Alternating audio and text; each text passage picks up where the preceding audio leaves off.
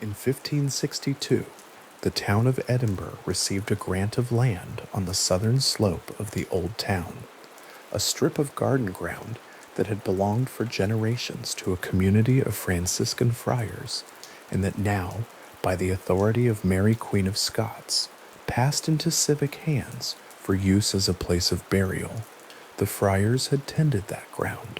They had grown things in it, walked its paths, understood its soil. When the grant was made, the garden's original purpose gave way quietly to a new one, and the first burials began in what had been, for much of the preceding century, simply a place where things grew. That original grant, issued in 1562, predates the construction of Greyfriars Kirk by nearly 60 years. The kirkyard existed as a burial ground for more than half a century before a single stone of the church was laid. This is the order worth holding on to, not the building, not the institution, but the ground itself, receiving the dead in what had been a friary garden, accumulating its quiet layers of use before the civic and religious structures arrived to give it a more formal character. The land was doing what it would continue to do for the next 4.5 centuries, holding things. Greyfriars Kirkyard sits on an incline in central Edinburgh, the city pressing close on all sides. To the north, the Royal Mile descends toward the valley that separates the old town from the ridge of Calton Hill. To the west, Candlemaker Row curves downward toward the grass market. The kirkyard's walls are high, and from inside the grounds, the surrounding city is heard more than seen. The particular muffled quality of urban sound arriving over old stone, the texture of a place that has been enclosed for a very long time. The ground is uneven in the way that ground tends to become when it has received burial after burial across many generations. The surface worked and reworked over 4.5 centuries until it has the settled, slightly unpredictable texture of soil that has been asked to do a great deal. The land the kirk was eventually built upon had been a Franciscan friary garden, not the friary itself, which stood elsewhere, but the worked ground attached to it, the productive outer space of a community that was dissolved during the Reformation in the mid-16th century. By the time Edinburgh's town council received the grant in 1562, the Franciscan community was already gone, and the garden was available precisely because the institution that had shaped it no longer existed in Scotland. The Reformation that removed the friars from their garden created the conditions for the kirkyard that replaced it. This particular piece of ground was shaped, in other words, by a religious upheaval before the more famous religious upheaval that would come to define so much of what happened inside its walls. The first burials in the kirkyard are not individually recorded in the way that later interments would be. The ground began receiving the dead of Edinburgh in the early 1560s, and for the first decades of its use, it functioned as a civic burial ground without a church at its center, open ground on a hillside, walled perhaps, attended to with whatever degree of formality the period and the town council's attention could manage. The earliest graves in Greyfriars are beneath the current surface in the oldest and most crowded sense.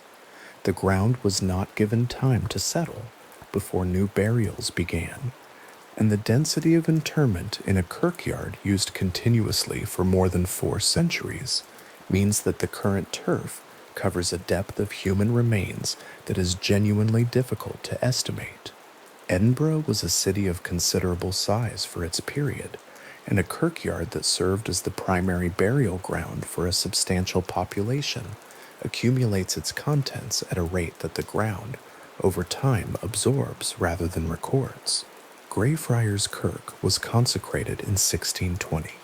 The town council had funded its construction over what the surviving records describe as a prolonged undertaking, a civic project that moved at the pace of available funds and competing municipal priorities, rather than the pace of any single person's determination. The site chosen was within the existing kirkyard, which by 1620 had been in continuous use for nearly 60 years, meaning that the foundations of the new church were laid into ground that was already a burial ground, already carrying the accumulated weight of Edinburgh's dead across 6 decades. The church was built on and into and beside the evidence of its own future function. The Franciscan friary's garden, whose outline had once given the ground its shape, was by 1620 already softened beneath the soil. Its paths, its planted beds, its particular way of dividing the land, all of it present in the ground's deep history, but invisible from the surface. By the time the kirkyard workers began preparing the foundations, the kirk was one of the first churches built in Edinburgh following the Scottish Reformation, a distinction that carries with it a certain quality of rawness, of religious practice still working out what it wanted to be in the absence of the structures it had displaced. The Reformation had removed not just the Franciscans from their garden, but an entire architecture of religious life, and the churches built in the decades following were built into the space left by that removal. Greyfriars Kirk, constructed on the site of a friary garden and funded by the civic council of a reformed city, carries that context in its foundation. The building that stands today is not the original structure. There were fires, rebuildings, alterations, but the site has remained continuous, and the kirk has occupied its position in the southwestern edge of the kirkyard for 400 years. It is worth understanding what the kirkyard looked like in the early 17th century, before the events that would give it its most historically significant associations. The grounds extended across several acres of sloping, walled land. The graves of Edinburgh's citizens occupied the central and northern areas. The southwestern section, adjacent to where the kirk would eventually sit, was more enclosed, its topography shaped by the high boundary walls that separated the kirkyard from the streets and properties beyond. Trees grew in and around the grounds. They grow there still, and the stone walls that define the cemetery's perimeter were already, by 1620, the kind of walls that seem to have always been there, their age difficult to distinguish from their solidity. The new sandstone of the freshly built kirk would have contrasted with those older walls, its walls pale against the grayer, older stone around it, the carving still sharp, where the weathering that comes over decades and centuries had not yet begun. On the morning of February 28, 1638, a significant portion of Scotland's civic and religious leadership gathered in Greyfriars Kirkyard to sign the National Covenant. The document was a formal declaration of religious resistance, a collective refusal of the Anglican practices that King Charles I had moved to impose on the Scottish Church, practices that the signatories regarded as an unacceptable imposition on the established Presbyterian order. The signing took place on the surface of a flat table tomb in the kirkyard grounds, one of the large horizontal grave markers that were common in Scottish burial grounds of the period and that provided the only substantial flat stone surface readily available to a gathering of this size and urgency. The tomb's original occupant, whoever they were, recedes entirely into the background of an event that made that particular stone surface one of the more historically loaded objects in the country. Thousands signed, or are said to have signed. The accounts from the period describe crowds pressing forward, members of the nobility, the clergy, the legal community, the urban trades, a cross-section of Scottish society that wanted in a single documented act to register its position before the crown. Some accounts describe the signing extending over multiple days, with copies of the document circulated beyond Edinburgh so that those who could not travel to the kirkyard could add their names to what amounted to a national declaration. The The gray Edinburgh sky overhead that February morning, the cold air, the smell of ink on the stone surface of the table tomb, the press of hands reaching forward to sign, these are the details that the historical record suggests, and that the imagination fills in without any particular effort, because they belong to the kind of moment that leaves a physical impression on the memory of a place, even when the physical evidence of the event itself is gone. The covenant was a declaration of defiance, but it was made in the composed register of a legal document. Its language was precise, its terms theological and constitutional, its form the form of a solemn binding agreement rather than a spontaneous act of protest. This distinction matters because it suggests something about how the signatories understood what they were doing, not an act of rebellion in the emotional sense, but an act of establishment, an attempt to fix in writing what they regarded as the proper order of religious authority in Scotland, and to commit themselves publicly to its defense. The flat table tomb in the kirkyard grounds held that act, its stone surface used as a writing desk by the signatories of what would become one of the most consequential religious documents in Scottish history. The kirk itself stood nearby, less than 20 years old, newly built on the former friary garden, its walls still relatively pale in the winter light. The decades following the signing of the covenant were politically unstable in the way that decades shaped by unresolved constitutional and religious disputes tend to be. The relationship between the Scottish Church and the English Crown moved through a series of accommodations, conflicts, and reversals across the mid-17th century, and the Covenanters, those who held to the terms of the 1638 Declaration, found themselves in a shifting position, sometimes tolerated, sometimes persecuted, their status dependent on which king occupied the throne and which of his advisors held the most influence over religious policy. The restoration of Charles II in 1660 began a new period of enforcement. The Crown reasserted Episcopalian authority over the Scottish Church, and those who refused to comply, those who continued to hold Presbyterian field meetings, called conventicles, outside the authority of the established church, were subject to legal prosecution and, in periods of intensified enforcement, to considerably more severe consequences. The events at Greyfriars Kirkyard in 1679 are among the most frequently cited episodes in this period of Scottish religious history, and they are significant enough to require some detailed attention. In June of that year, a Covenanting force that had taken arms against the Crown was defeated at the Battle of Bothwell Brig. The defeat was decisive. Roughly 1,200 prisoners were taken, marched to Edinburgh, and confined. The word is somewhat inadequate to the reality. In the southwestern enclosure of Greyfriars Kirkyard, this was not a building, but an outdoor space, a walled section of the kirkyard ground, open to the sky, bounded by the same high stone walls that define the cemetery's perimeter. The prisoners were held there through the remainder of the summer, through the autumn, and into the winter of 1679 to 1680. The conditions in the enclosure through those months require no dramatization to convey their severity.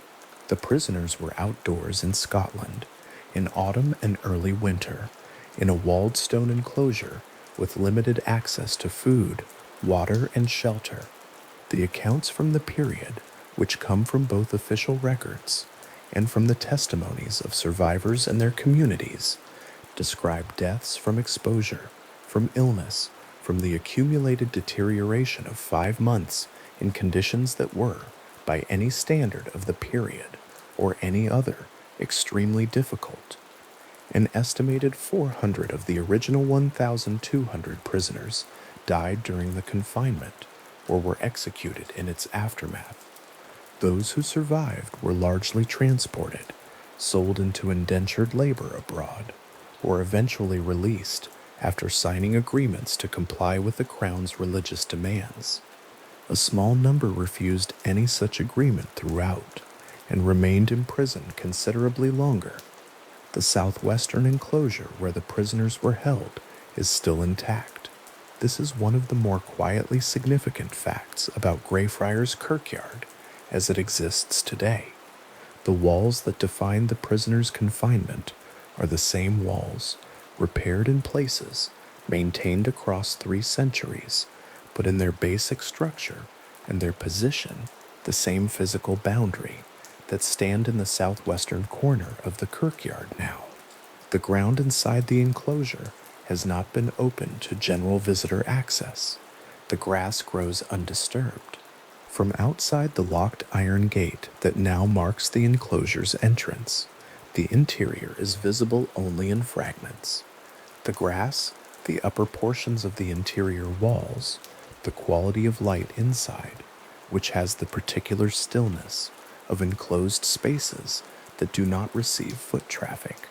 The enclosure has the character of a place that has been allowed to remain itself across a very long time. Its function as a space of confinement, now reduced to a historical designation and an architectural fact, but its physical form essentially unchanged. The kirkyard did not exist only as a place of historical crisis. Its function across 4.5 centuries has been primarily the civic one of receiving and marking the dead, and among those buried within its grounds are figures whose significance lies in domains quite different from the religious and political conflicts that defined 1638 and 1679. The architect William Adam is buried in Greyfriars, his tombstone one of many in a kirkyard where the density of graves makes individual markers difficult to locate without some knowledge of where to look. Adam was the father of Robert and James Adam, and his own career established a foundation of architectural practice in Scotland that his sons would extend into an international reputation. His presence in the kirkyard is a reminder that Greyfriars served Edinburgh's professional and intellectual class as readily as its religious dissidents and civic leadership. James Craig is buried in Greyfriars. The fact is worth pausing on because Craig's contribution to Edinburgh's physical form is one of the most visible in the city's landscape, and the contrast between the site of his burial and the work he is remembered for has a particular quality. Craig designed Edinburgh's new town, the Georgian grid of streets that extends northward from the ridge of the Royal Mile across what had been open fields in the 1760s when his plan was accepted. Prince's Street, George Street, Queen Street, the elegant residential squares and planned gardens, these are the legacy of the competition that Craig won in 1766 when he was in his early 20s. His tombstone sits in Greyfriars among hundreds of others. Its carved lettering worn to the same grey as the surrounding stone, and from certain positions within the kirkyard, the grid of streets he planned is visible, or nearly visible, just beyond the northern boundary wall, the planned orderliness of the new town, beginning precisely where the older, denser, more accumulated landscape of the old town ends. Poet Allan Ramsay is also among those interred in Greyfriars. His presence in the kirkyard, completing a picture of the grounds as a place where Edinburgh's creative, intellectual, and civic life has been deposited across the centuries in the most literal possible sense. Ramsay was a significant figure in the 18th century revival of vernacular Scots poetry. His work contributed to the cultural and linguistic conditions that made Robert Burns possible, and his burial in Greyfriars places him in the company of architects and lawyers and religious dissenters in a way that reflects the actual texture of Edinburgh's social and cultural history rather than any single strand of it. The kirkyard is not a monument to one Edinburgh. It is a monument to several Edinburghs layered over the same ground, each generation finding its place within the same walled space that has been receiving them since Mary Queen of Scots granted the land to the town in 1562. The density of the kirkyard's population, in the most precise sense of that word, the number of human remains held in the ground across more than 4 centuries of continuous burial, is difficult to visualize from the surface. The turf looks like turf. The stone markers, those that survive, stand or lean or lie flat in patterns that reflect the fashions and economics of the different centuries that produced them. The oldest stones in the kirkyard are the most eroded, their inscriptions reduced in many cases to texture rather than text, the carved letters softened by centuries of Edinburgh weather into a general roughness that communicates age without communicating content. The most recent burials are in areas where the ground is less crowded, but there is no part of Greyfriars Kirkyard that is not the ground above someone. This is not a melancholy observation so much as a factual one. The ground has been doing this for a very long time, and the weight of that accumulated use is part of what gives the kirkyard its particular quality of density, of depth, of a place where the surface is only one of several layers. The high boundary walls that surround Greyfriars are among the oldest continuously maintained civic structures in Edinburgh. They are built of the same dark gray stone that characterizes much of Old Town construction, a stone that absorbs moisture, that grows darker in rain, that holds its coldness long after the ambient temperature has warmed. In summer, the kirkyard is green and moderately visited, the trees providing shade, and the open ground between the graves carrying a quality of quiet that is somewhat unusual in a city center. In autumn, when the light changes and the trees begin to shed, and the days shorten toward the long Scottish darkness, the character of the place shifts in the way that all old stone enclosures shift in autumn, the walls becoming more present, the shadows more defined, the grass inside the enclosure and throughout the grounds taking on the slightly deeper green of a place that retains its moisture and its coolness through the season.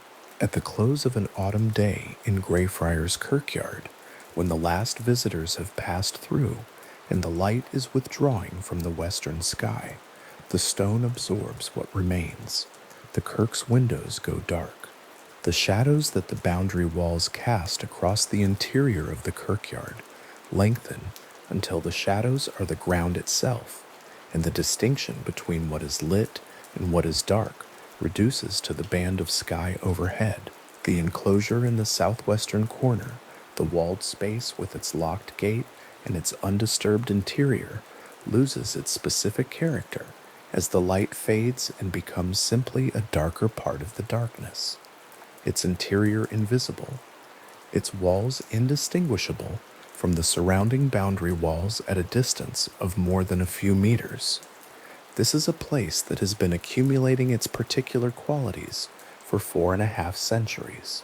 The friary garden that became a kirkyard, the kirkyard that predated the kirk by 60 years, the kirk built on ground already dense with burial, the flat table tomb that held a nation's act of religious commitment for the price of a writing surface, the walled enclosure that held 1,200 prisoners through a Scottish winter, the bones of architects and poets and lawyers and covenanters lying in what has been, continuously, the ground beneath Edinburgh's civic life since 1562. The site is not famous for any single thing. It is famous because so many things have happened in it across so long a time, in a space that has remained essentially intact and essentially itself through all of them. The Covenanters' prison enclosure, as it stands today, has been locked to general visitors for some years now. The iron gate at its entrance bears a padlock. The grass inside grows at the pace of undisturbed grass. longer in the places where no foot traffic compresses it, its particular shade of green, slightly darker, slightly more saturated than the grass in the more open sections of the kirkyard, the color of ground that holds its moisture behind stone walls, in a climate that provides moisture abundantly. The walls themselves are the original walls, or as close to the original walls as 3 centuries of maintenance and occasional repair allow. The dimensions of the enclosure are the same dimensions that defined the prisoner's space in 1679. The sky above it is the same sky, overcast more often than not, Edinburgh's particular gray-white cloud cover pressing down from a low and mobile ceiling, the weather arriving from the west and moving across the city at the pace of the prevailing wind. What persists in a place of this kind is not primarily memory, though memory is part of it. What persists is physical form, the arrangement of stone and soil, an enclosed space that has been held in essentially the same configuration across the entire duration of the events associated with it. The enclosure is still the enclosure. The walls are still the walls. The ground inside is still the ground where people were confined and where some of them died, though the grass that covers it now shows no sign of that history and would show no sign of it to anyone approaching without prior knowledge. The locked gate is a more recent addition, but the locking itself has its own history, its own reasons, and the gate as it stands is simply the current form of a boundary that has existed in this location for more than 300 years. In the late afternoon, when the kirkyard's light is at its most horizontal and the walls cast their longest shadows, the enclosure catches the last of it on its eastern face and holds the warmth, such warmth as there is, for a little while before releasing it into the general coolness that settles across the grounds as the day ends. The kirk's sandstone, rebuilt and repaired across 4 centuries, but still fundamentally present as a building on its site, takes on a slightly warmer tone in that last light, the same pale tone it would have had when its walls were newly laid in the early 17th century. The trees that grow in and around the kirkyard absorb the last of the evening light through their canopy, the ground beneath them correspondingly darker than the open grass. The transition from light to shadow within the grounds following the topography of the trees and walls rather than any single line or boundary. The kirkyard closes, the stone persists.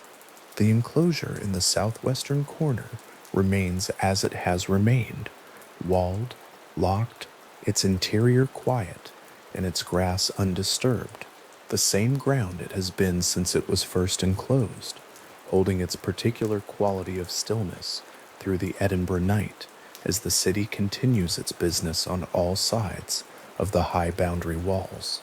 The land that Mary Queen of Scots granted to the town of Edinburgh in 1562 is still, in its essential form, the land that was granted. The friary garden is far beneath the surface now, its paths and planted beds dissolved into the deeper soil, but the ground above it continues to do what the ground has been doing since the first burials began, receiving, holding, persisting, in the quiet and particular way of a place that has had a very long time to become entirely itself. In 1677, the office of Lord Advocate of Scotland carried with it the full prosecutorial authority of the Crown in Scottish legal affairs, the power to bring cases before the highest courts, to direct the machinery of criminal procedure, and to stand as the sovereign's voice in matters of law and civil order. When Sir George Mackenzie of Rosehaw was appointed to that office under King Charles II, he was not a young man finding his way into power. He was already an established legal mind, already a published author, already a figure whose precision in argument and whose command of Scottish jurisprudence had marked him, to those who appointed him, as the appropriate instrument for an administration that required its legal authority to hold firm against significant opposition. The appointment was formal and specific. The title was real. The authority it conferred was not symbolic. Rosehaw was the name of the estate in Rossshire that had come to him through his family, and it attached to his name in the manner of the time, placing him within a particular geography and a particular social position, a landed gentleman of the law, serving a crown that had been restored to the throne only 17 years earlier after a decade of interruption. Charles II had returned in 1660. The religious settlement that followed his restoration imposed Episcopalian governance on the Scottish Church, meaning bishops appointed by the crown rather than the Presbyterian system of governance by elders that many Scots regarded as the only legitimate form their church could take. That disagreement, specific, doctrinal, and felt with a depth of conviction that is difficult to reconstruct from a distance of 3 centuries, was the condition Mackenzie's office was required to manage. It did not resolve the disagreement, it suppressed it, or attempted to. Mackenzie himself had written before his appointment. He was a man who found in written argument a natural instrument, and his earlier works had shown a capacity for organized legal thinking that the scholarship of his time recognized as significant. But the Lord Advocate's office was not primarily a scholarly appointment. It was an administrative one. The work was prosecutorial. It involved identifying those who had refused to conform to the religious settlement, those who attended unlawful outdoor worship services called conventicles rather than submit to the Episcopalian Church, and moving those cases through the courts with whatever degree of legal severity the Crown's position required. Mackenzie understood that position, had accepted the office that required him to advance it, and moved through the legal work of the appointment with the methodical attention of someone who knew what the machinery of the law could and could not accomplish, and was disinclined toward imprecision in its use. The period that followed the Battle of Bothwell Brig in June 1679 is the part of Mackenzie's career that history has held most closely to his name. The battle itself was the defeat of a covenanting force that had taken up arms against the Crown's religious policy. The prisoners taken after that defeat numbered approximately 1,200. They were marched to Edinburgh. They were confined in the open-air southwestern enclosure of Greyfriars Kirkyard, walled on 3 sides, open to the weather, without shelter adequate to the season, through the Scottish autumn and into winter. The legal proceedings against those prisoners required an authorizing hand, and Mackenzie's hand was the authorizing one. His signature appears on documents from this period. The documents survive.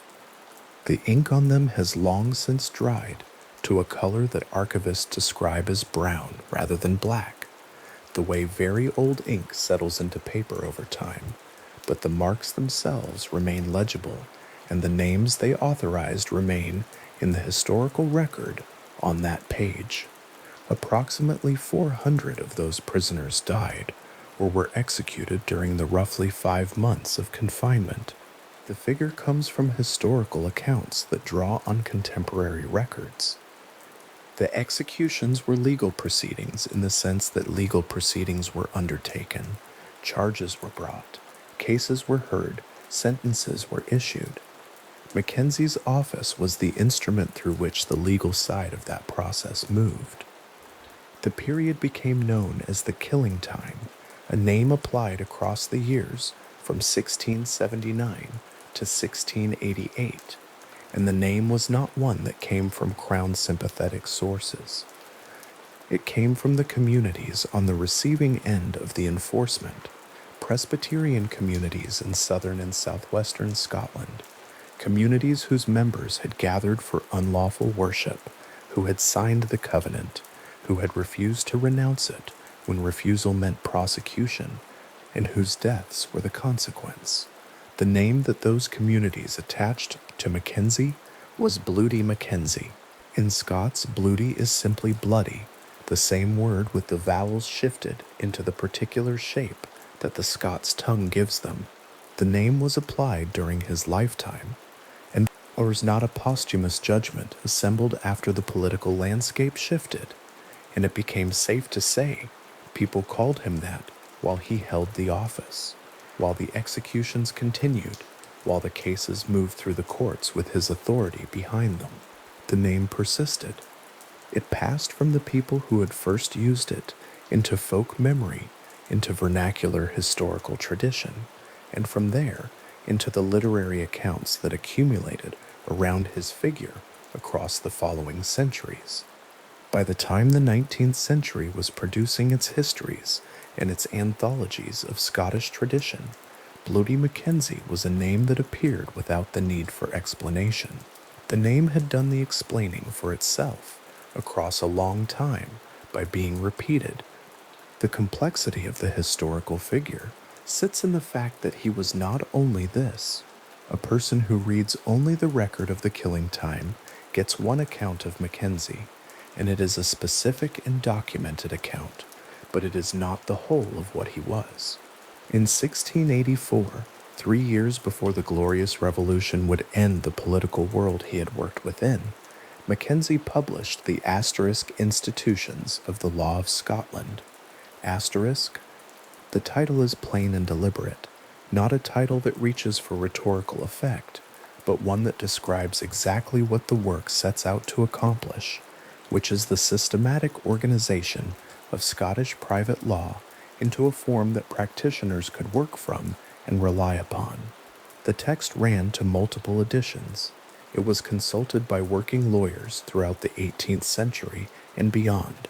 It addressed property, contracts, succession, obligations, procedure, the practical architecture of a legal system rendered into organized prose by someone who had spent decades inside that system and understood its structure from the inside out. The Asterisk Institutions asterisk is not a work that a merely competent legal administrator could have produced. It required genuine intellectual command of the material, the capacity to hold the existing body of Scottish law across its diverse topics, to identify the principles that organized it, and to set those principles down in a form that would remain useful to practitioners who had not themselves accumulated the same breadth of experience. The book accomplished what it set out to accomplish. It remained in use, was cited, was taught from, and was revised in later editions that acknowledged its foundational status by building directly upon it rather than replacing it outright. Mackenzie's scholarship was real, and it was recognized as real by the legal community that used the work. 5 years before the Asterisk Institutions asterisk, in 1689, the same year that the Glorious Revolution brought William of Orange to the throne and began the process that would end Mackenzie's political relevance, he established the Advocates' Library in Edinburgh. The founding of a library is a specific kind of act. It requires acquiring books, finding premises, establishing the institutional arrangements that allow a collection to be maintained and accessed, and persuading the relevant authorities to support the undertaking. Mackenzie did all of this, and the library he established did not simply exist for a few years and dissolve. It grew, it accumulated, it persisted. Over the following 2 centuries, the Advocates' Library became the largest private library in Scotland, and in 1925 it became the National Library of Scotland, the institution that now holds the legal deposit copies of every book published in the United Kingdom, the manuscript collections of Scottish literary and historical significance, the maps and photographs and newspapers that constitute a national archive. That line of institutional descent runs directly back to the founding act of 1689.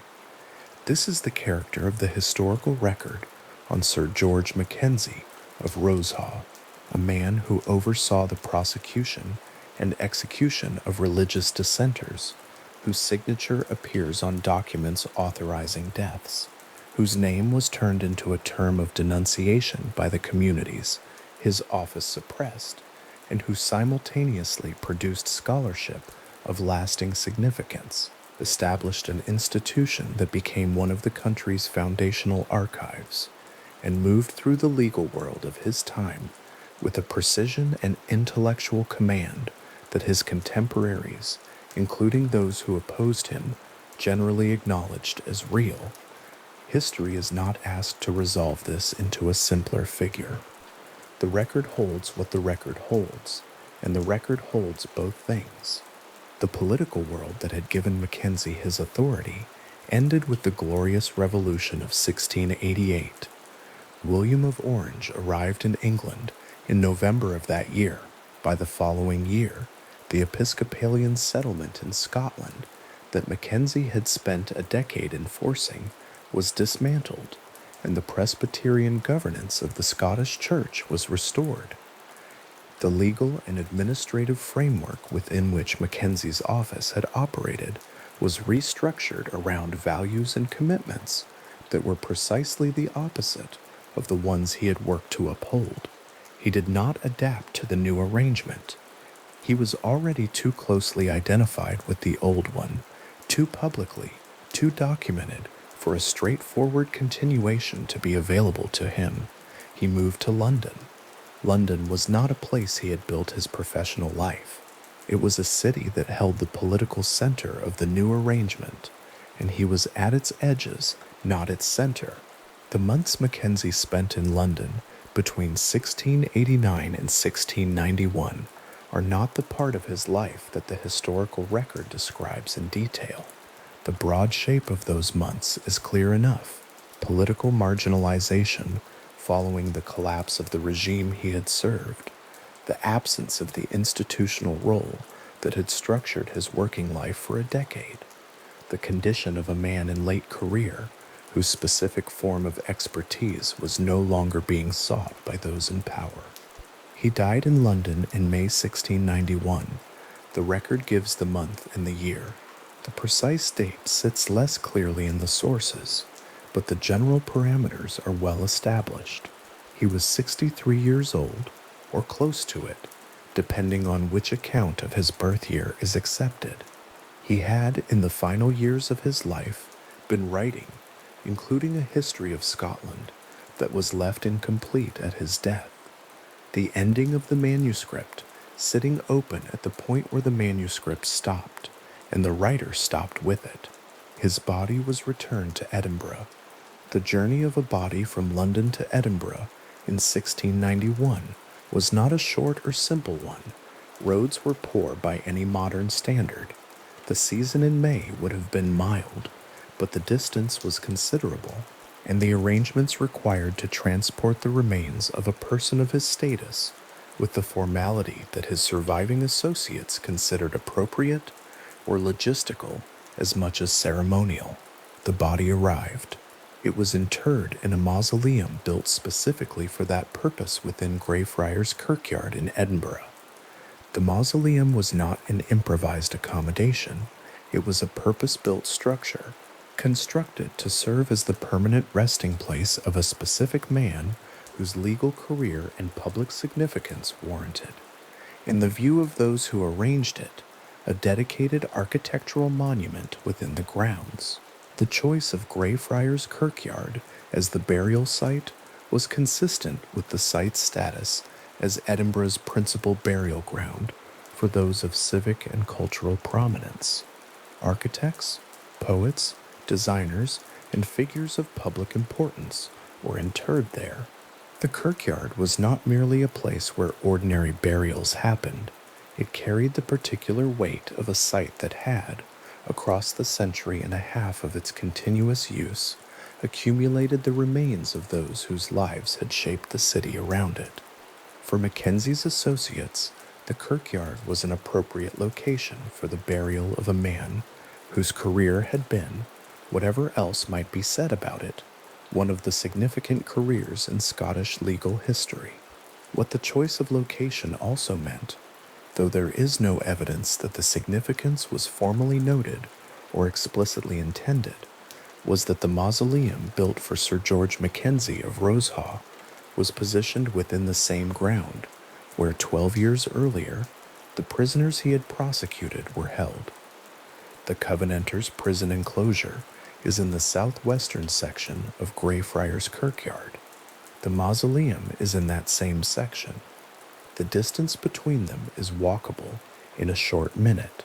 Some of those prisoners died within that enclosure during the confinement of 1679 and 1680.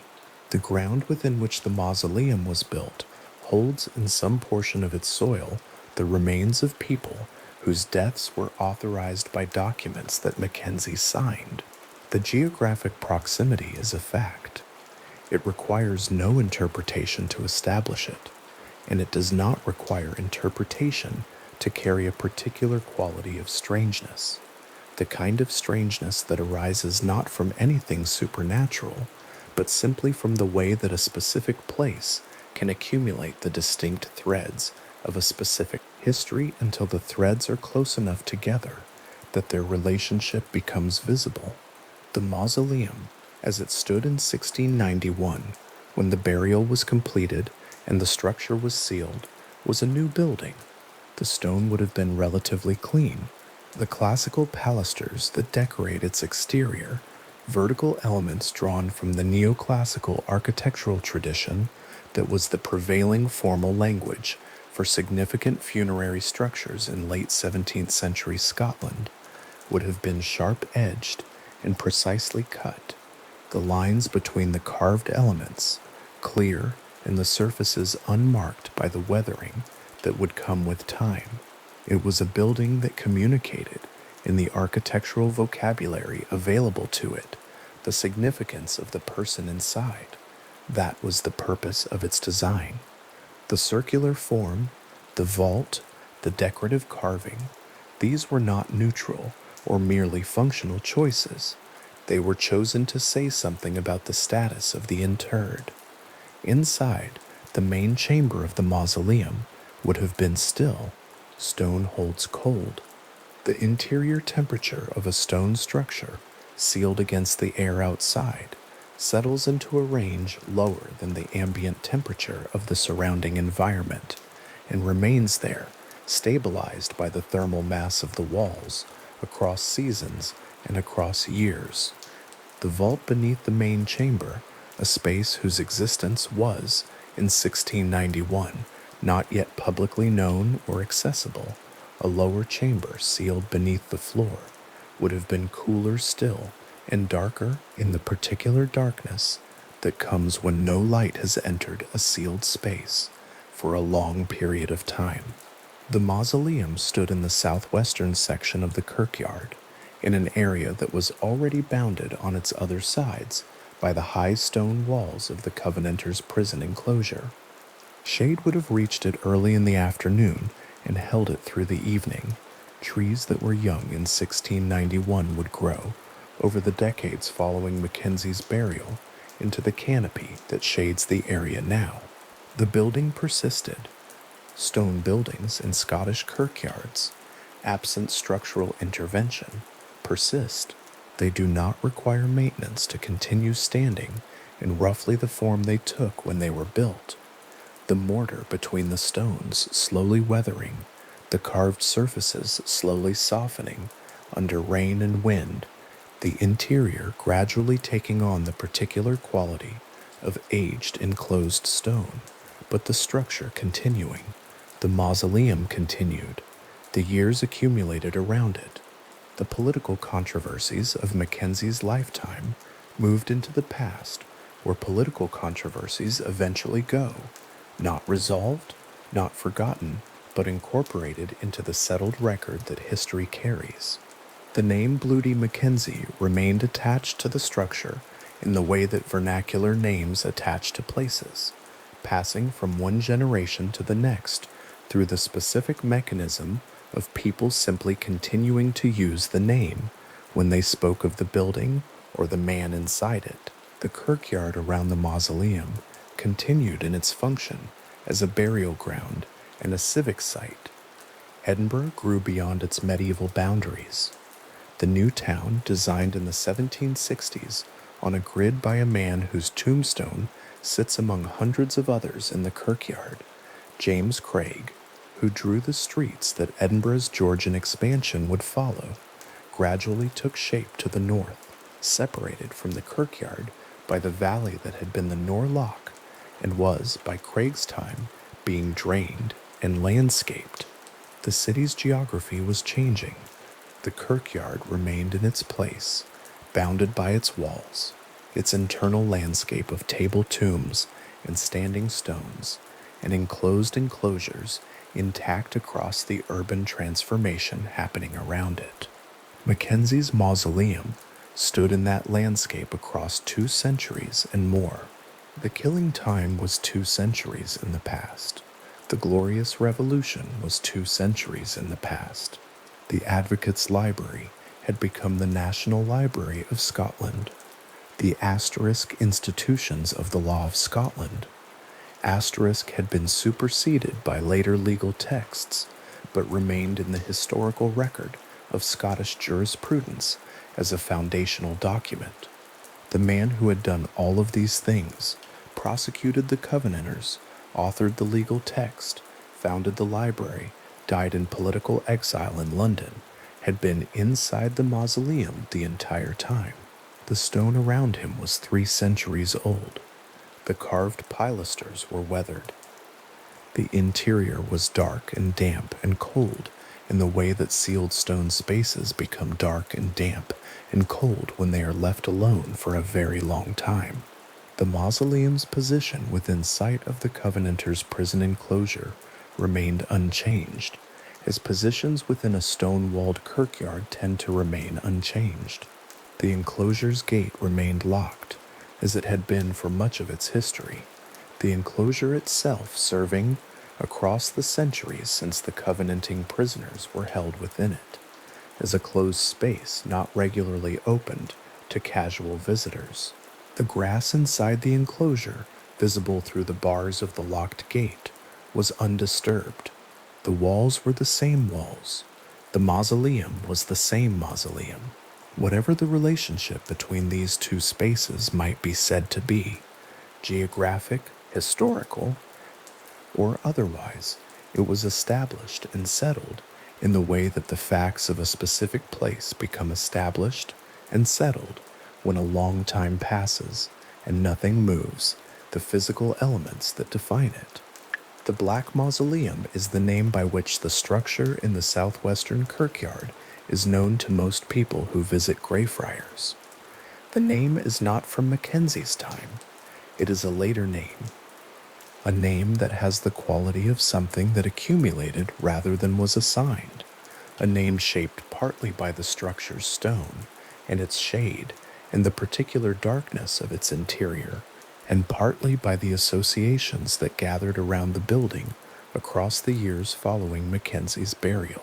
The name is in common use now in walking tour descriptions and visitor accounts and local historical writing, and it refers specifically to the circular stone building in the southwestern section of the kirkyard with the classical pilasters and the locked iron gate at its entrance, the building that was completed in 1691 and has stood in that position every day since, through every weather that Edinburgh has produced across more than 300 years. The mausoleum, in its first years, was a new building in a kirkyard that was already more than a century old. By the time several more centuries had passed, it had become one of the older structures within a site that had been accumulating structures for more than 400 years. Age changed its visual character in the way that age changes stone, not dramatically, not all at once, but incrementally and continuously, the surfaces slowly becoming what very old surfaces become in a damp northern climate.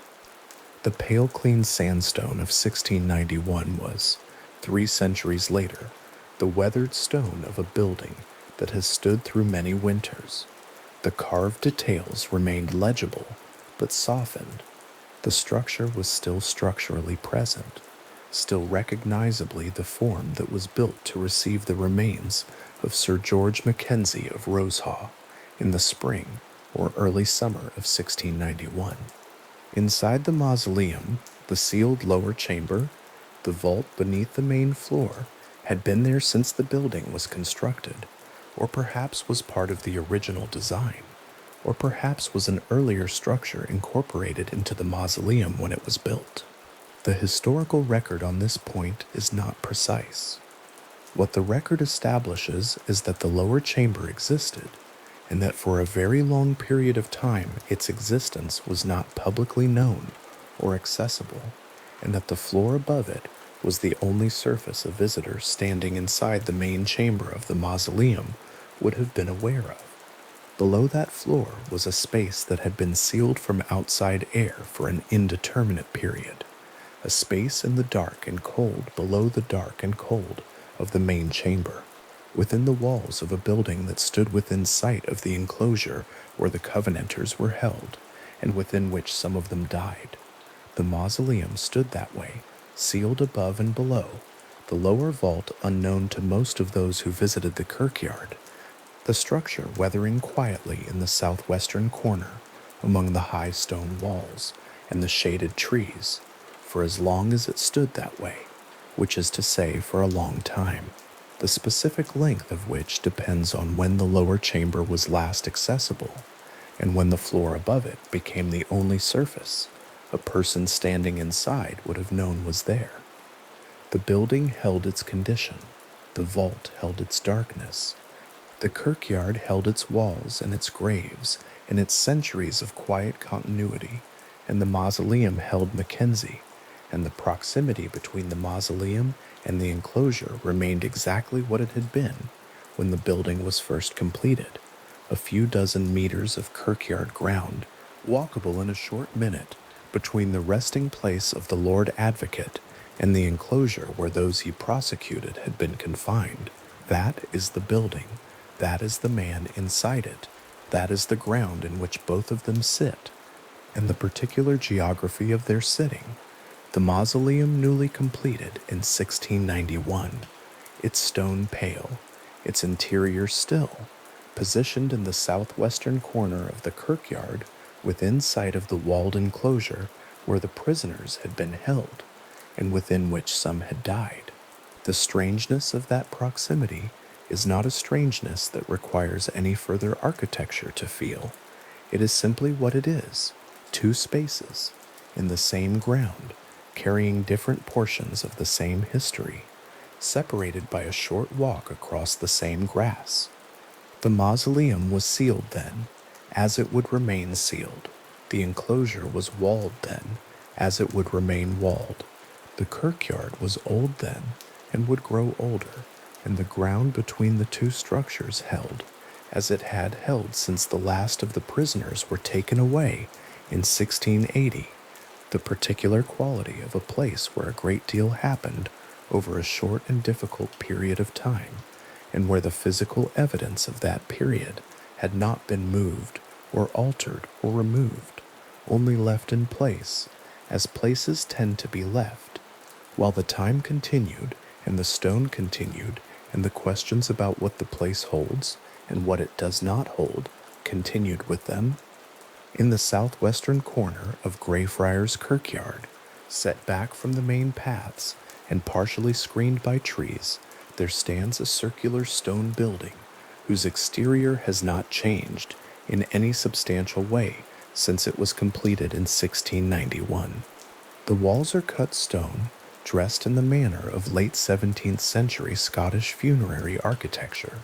The pilasters, shallow vertical columns applied to the outer surface, are worn at their edges where 3 centuries of Edinburgh weather have softened what were once sharp-cut details. The dome above sits low and wide, its profile close to the roofline of the surrounding walls, so that the mausoleum presents itself less as a vertical structure than as something settled and compressed, a building that has pressed itself into the ground over a very long time. The classical vocabulary of the exterior, the pilasters, the carved decorative elements, the proportional attention given to the entrance, draws on neoclassical traditions that were moving through European funerary architecture in the late 17th century. The same formal language was being applied to buildings across Scotland, England, and the continent in the decades around 1700, and the mausoleum fits comfortably within that broader tradition. What makes it specific to its location, and specific to this corner of the kirkyard in particular, is the quality of the space around it. The trees that stand near the mausoleum filter the available light. The high stone walls of the surrounding enclosure interrupt wind and trap shadow. The ground inside the enclosure is lower and darker than the main kirkyard paths, and the building sits within this sheltered and slightly dim environment, the way a stone does at the bottom of a pool, present, still, and separated from the ordinary atmosphere above it by something that is not quite distance and not quite depth, but something resembling both. The mausoleum is positioned in the southwestern section of the kirkyard, within a few dozen meters of the walled enclosure that served as a prison in the late 17th century. The distance between the two is walkable in less than a minute. A person standing at the entrance of the mausoleum can see the enclosure wall. A person standing in the enclosure can see through the trees and across the irregular ground of the kirkyard's southwestern quarter, the dome of the mausoleum sitting slightly darker than the sky behind it. The two structures share a corner of the kirkyard.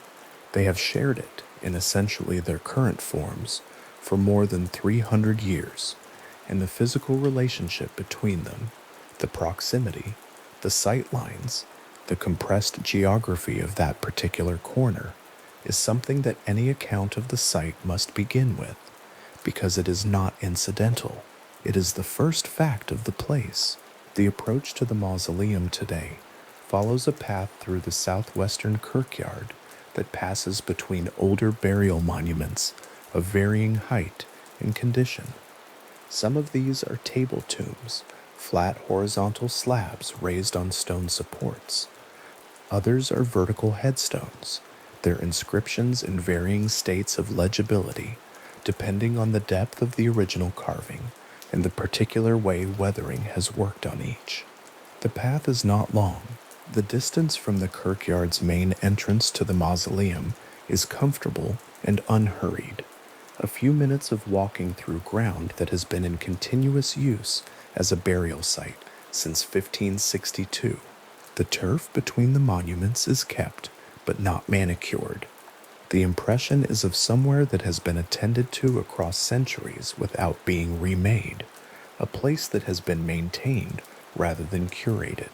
The exterior of the Black Mausoleum, as it is commonly known, is not black. The stone is gray, tending toward a darker gray in wet weather when the surface absorbs moisture and deepens in color in the way that cut stone does. In dry conditions and at certain angles of light, particularly in early morning or late afternoon, the mausoleum is the same gray as the surrounding kirkyard walls and monuments. The darkness implied by its common name is not a property of the stone itself, but of the conditions in which the building is most often encountered. The shade cast by the trees, the enclosed and shadowed quality of the southwestern kirkyard, and the absence of any internal light source that might brighten the interior visible through the entrance. In photographs taken by visitors, the building appears notably darker than its surroundings, even when photographed in the same flat gray daylight. The visual impression comes from context as much as from the stone itself. At the entrance of the mausoleum, there is now an iron gate. The bars are close spaced, and the gate is secured with a padlock that rests against the stone of the doorframe. The installation of this gate was not part of the mausoleum's original design. The structure, as completed in 1691, had an open entrance, as was common for funerary buildings of its period and type. The gate was added much later, following specific events in 1999 that altered the practical conditions of access to the site. In photographs taken by visitors at various times across the past 2 decades, the gate appears consistently, padlocked, the bars close enough together that the interior is visible only in sections, the darkness behind the bars significant enough that the interior details are difficult to read even in good daylight. The padlock is a practical object. It rests against the stone the way padlocks rest against stone door frames when they have been in that position for a long time, heavily, without drama, simply present. The interior of the mausoleum, viewed through the bars of the gate, presents a small vaulted space in near total darkness. There is no installed artificial lighting. The only light available is what enters through the gate when the entrance faces into available daylight, which illuminates a narrow section of the floor and the lower portion of the walls closest to the door. The stone of the interior walls retains moisture. The walls are damp to the touch in a way that is consistent with enclosed stone structures that receive limited ventilation and limited direct sunlight, a condition common to many historical stone buildings in Edinburgh, where the climate provides abundant moisture and the building stock is old enough that drainage systems were not originally engineered with modern standards of damp management in mind. The stone is cold, and the temperature inside the mausoleum is measurably lower than the temperature in the open kirkyard outside. The difference is not dramatic. It is the ordinary temperature differential of an enclosed stone space versus open air, a physical characteristic of the building's materials and construction rather than anything exceptional about the site. Cold settles in stone, stone holds it. This is what stone does. The vaulted ceiling presses the interior space downward in the way that vaults do. The curve of the ceiling brings the highest point of the interior close to the entrance height, so that the space does not open upward as it would beneath a flat ceiling or a high dome. The impression from inside, in the limited light available through the gate, is of a space that is both contained and complete, bounded on all sides, finished above, the floor closing the space from below. The proportions of the interior are consistent with the kind of private funerary monument that was built for single families or individuals of significant social standing in the 17th century. It is not a large space. It was not intended to be large. It was intended to be sufficient and finished and permanent. The floor of the mausoleum was for most of the building's history, from 1691 onward, the lowest visible surface of the interior.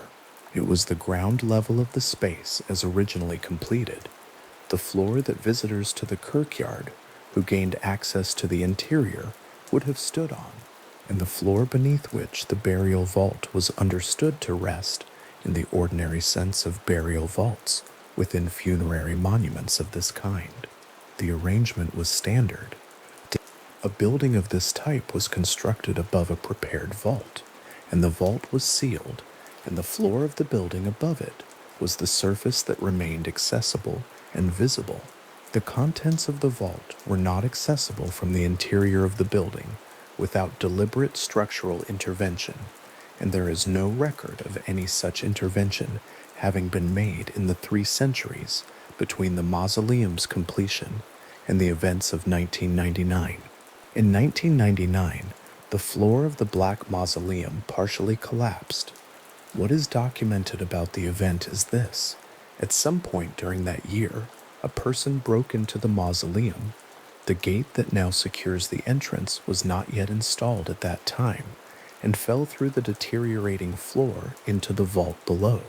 The floor gave way because the structural material between the surface and the lower chamber had weakened across time to the point where it could no longer support the weight imposed on it.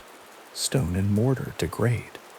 Vaulted floors in enclosed damp stone buildings accumulate moisture over decades and centuries, and the materials that hold their surfaces together become, across sufficient time, something less than they were.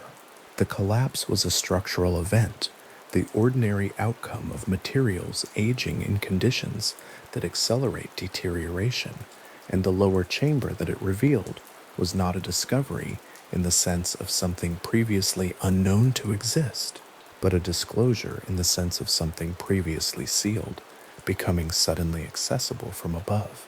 The vault beneath the floor was not illuminated. The opening left by the collapsed section of floor admitted air and whatever light was entering the mausoleum from outside. The vault had been sealed for an undetermined number of years. It is not possible to establish with precision how long the floor above it had remained intact before the collapse, because the condition of the floor had not been subject to regular structural survey. What can be said is that the lower chamber had been separated from the accessible interior of the building for an extended period, and that the 1999 collapse ended that separation. The darkness of the vault, which had been complete, became incomplete.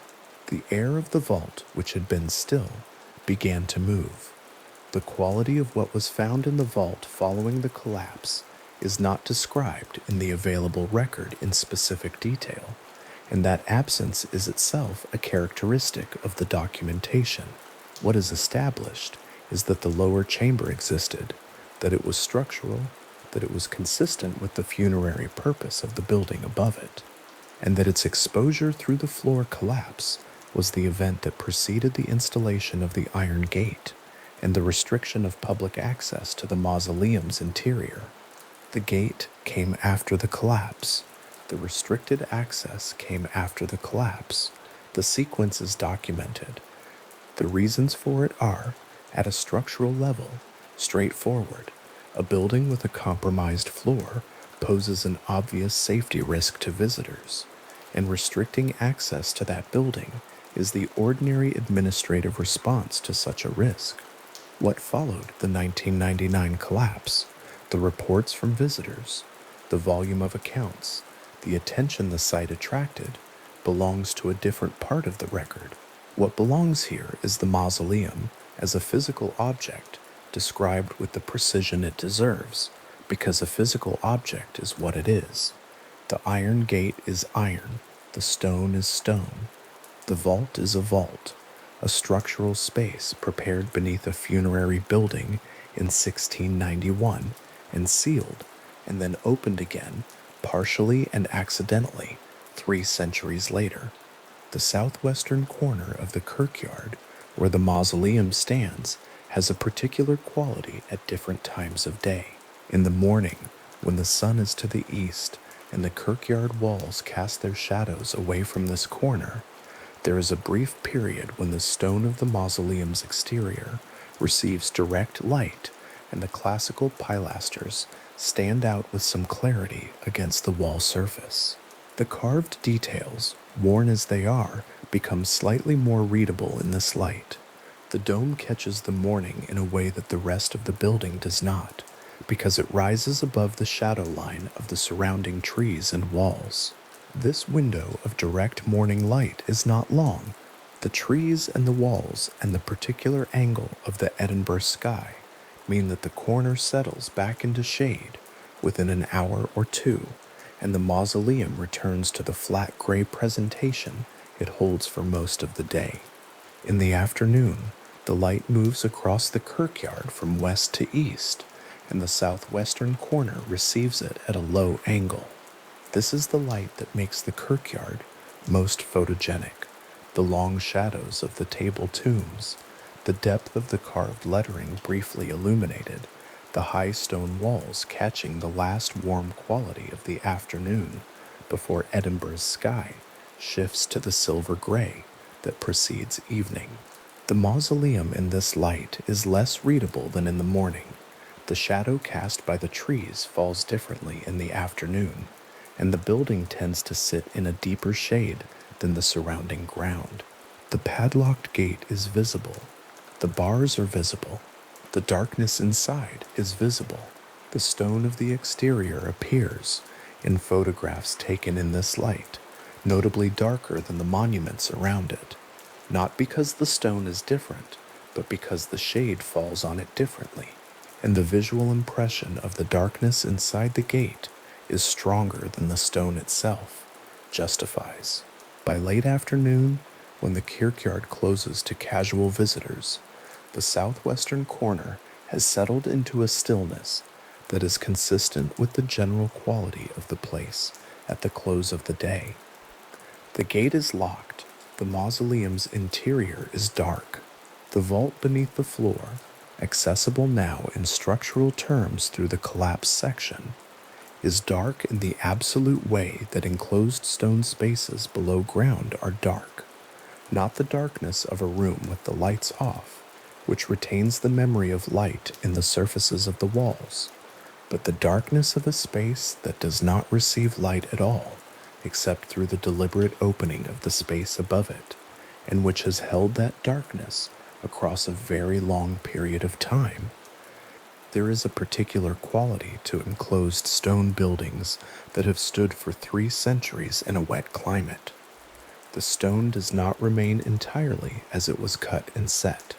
It becomes, over sufficient time, something that has absorbed its environment, the moisture, the biological growth, the slow chemical work of weather on mineral surfaces. The exterior of the mausoleum carries this quality clearly. The pilasters that were sharp-edged when the building was completed in 1691 are smooth in places now, not damaged but softened, the way a long-handled tool becomes smooth, where hands have held it repeatedly across generations. There is no obvious damage to the exterior. The building is structurally sound at its walls and dome. The compromise is at the floor, which was the element that gave way in 1999, and which has not been publicly accessible since the gate was installed to restrict entry. The floor collapse, considered as a structural event, falls into a category of occurrence that is common to very old stone buildings. Floors fail. Vaulted surfaces that were adequate for the conditions they were built under become inadequate when those conditions change, when moisture levels increase over centuries, when biological growth works at mortar joints, when the weight imposed on the structure accumulates beyond what the weakened material can sustain. The failure of the Black Mausoleum's floor in 1999 was preceded by 308 years of the building standing intact above the vault. That is a substantial period of structural integrity. The collapse, when it came, was not dramatic in a structural sense. It was the ordinary resolution of a long-term degradation process, the moment when the material that had been weakening for years finally reached the threshold at which it could no longer hold. The iron gate installed after the collapse serves as a visual and physical marker of the moment when the mausoleum's relationship to casual visitors changed. Before 1999, the building was accessible in the sense that no mechanical barrier prevented a person from stepping inside. The gate changed that. The padlock changed that. What had been an open entrance became a controlled one, and the control has been maintained continuously since the gate was installed. The padlock visible in visitor photographs today is not necessarily the same padlock that was installed when the gate first went up. Padlocks are replaced when they rust or when keys are lost, but the function it represents has not changed. The gate is locked. The interior is not publicly accessible. This has been the condition of the site for more than 2 decades. The view from inside the Covenanters' prison enclosure toward the mausoleum requires some attention to the intervening space. The two structures are separated by a few dozen meters of kirkyard ground, and the line of sight between them passes through or around trees that have grown in that corner of the grounds. The mausoleum is not always clearly visible from inside the enclosure. It depends on the angle, the season, the state of the foliage. In autumn and winter, when the trees hold less leaf, the stone of the mausoleum's dome is more visible through the trunks. The dome sits against the sky, slightly above the line of the surrounding walls, and its color, that particular gray of old Edinburgh stone, is close enough to the sky above it that the building does not always stand out clearly.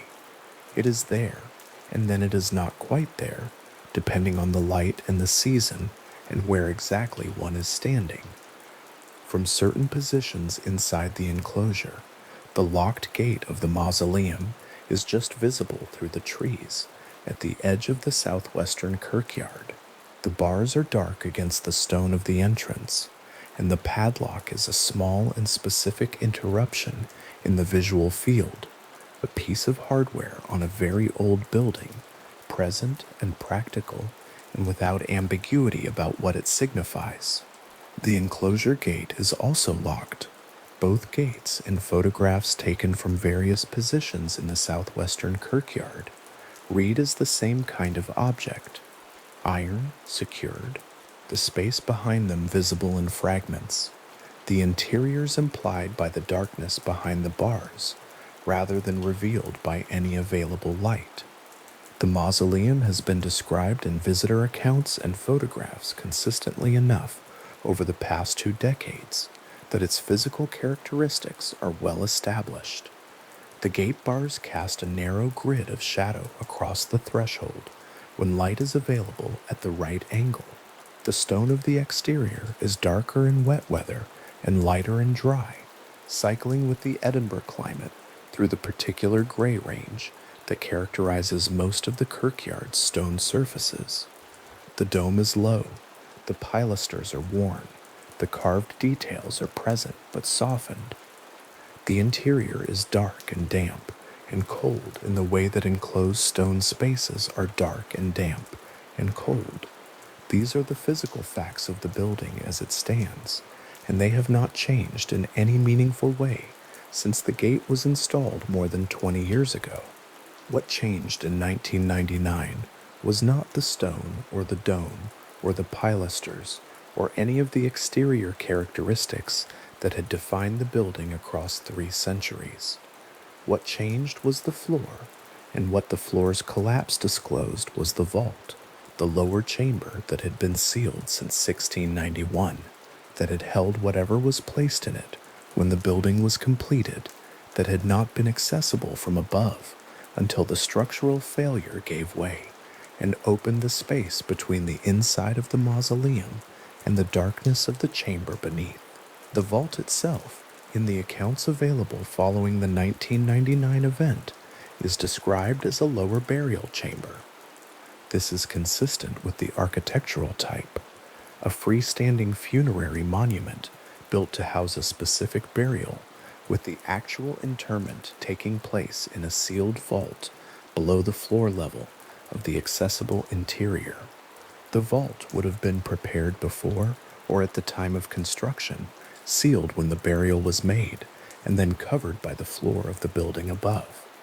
The building was completed, the floor was intact, and the vault below was separated from the world above it by the material of that floor for the full period between 1691 and 1999. 308 years is a long time for a space to remain sealed. It is not unusual in the context of very old funerary architecture. Many burial vaults in historical churches and monuments remain sealed for comparable or longer periods without any structural incident. But the period is long enough that the opening of such a space, even through a straightforward structural failure, carries a quality that is difficult to account for in purely practical terms.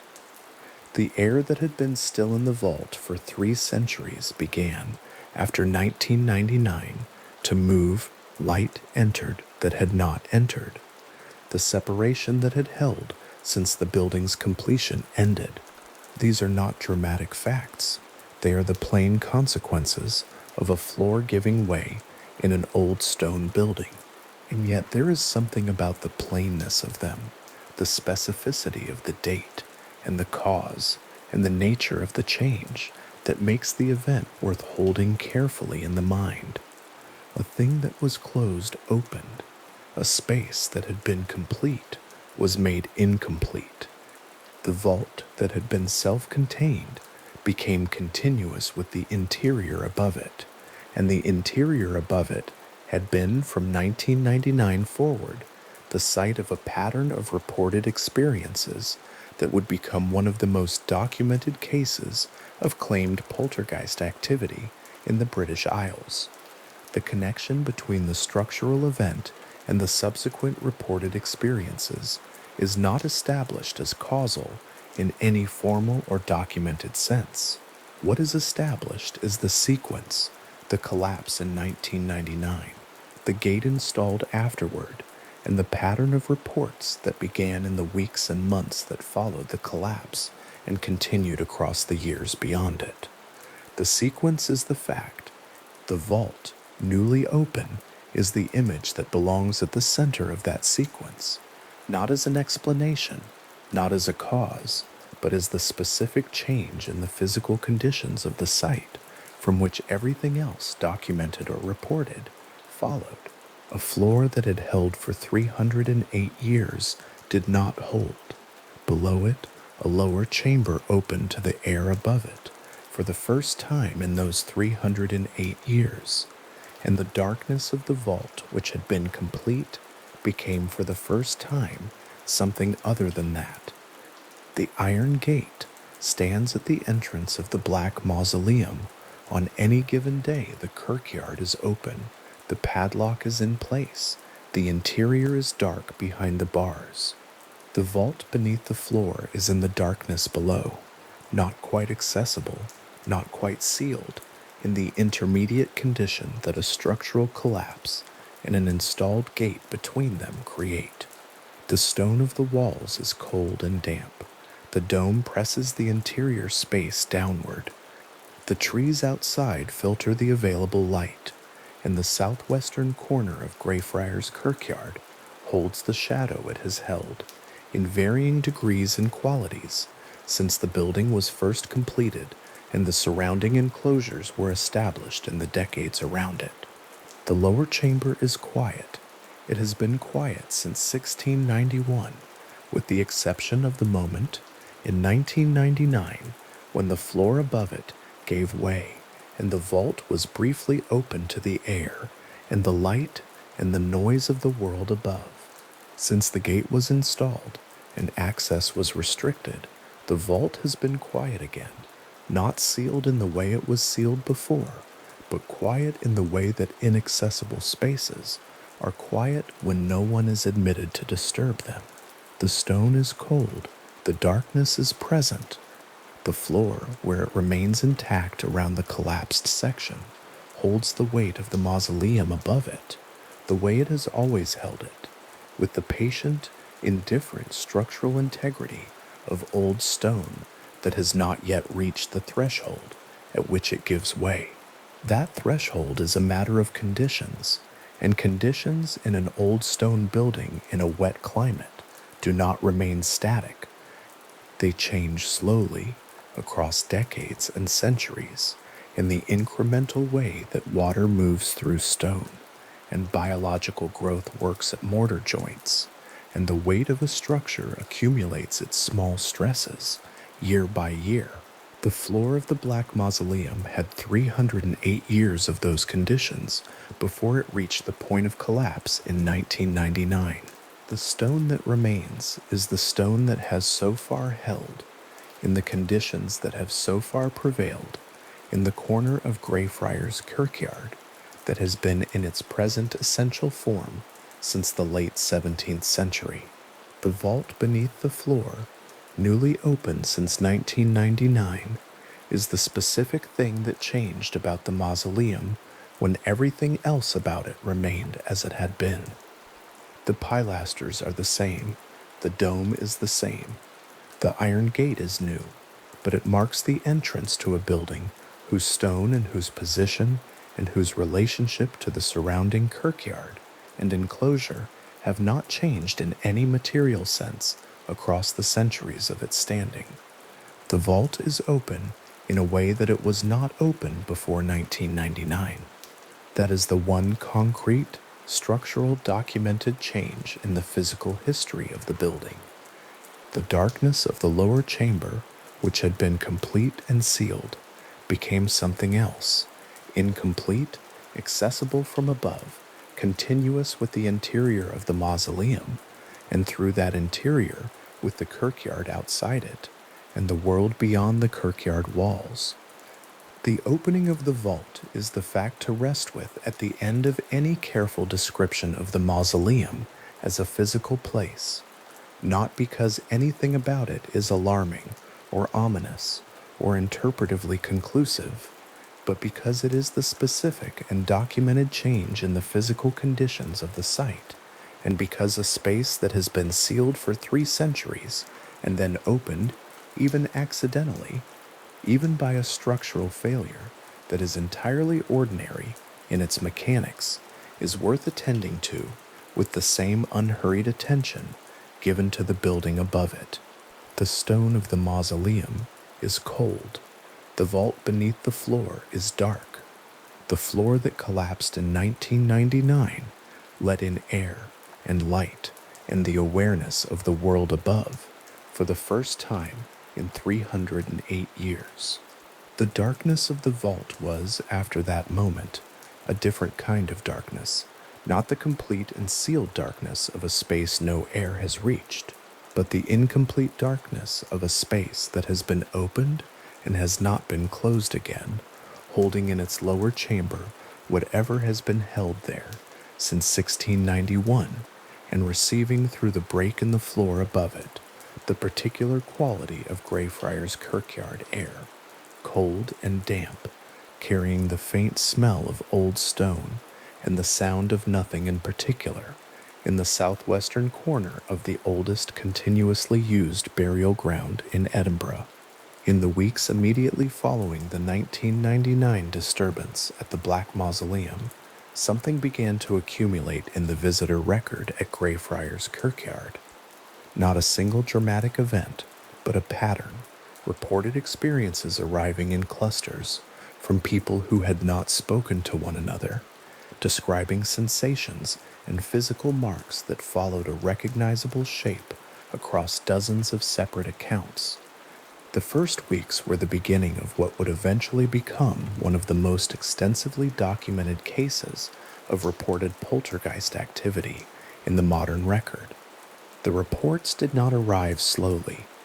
Within a short time of the floor collapse and the exposure of the lower vault, visitors to the kirkyard, and to the mausoleum specifically, began describing experiences that did not have ready explanations. Nausea was among the most commonly reported, a sudden, unprovoked onset of physical illness that resolved on leaving the site. Cold sensations followed, not the ambient cold of stone and shade, but something more localized and abrupt, as though a temperature drop had occurred in a specific part of a room that was already cool.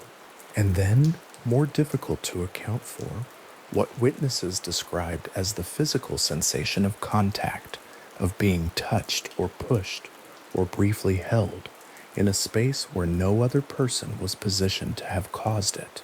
What made these early reports difficult to dismiss was not any single account, but their aggregate consistency. A visitor who reported nausea was not unusual in itself. A visitor who reported nausea alongside a bruise they could not account for was more notable.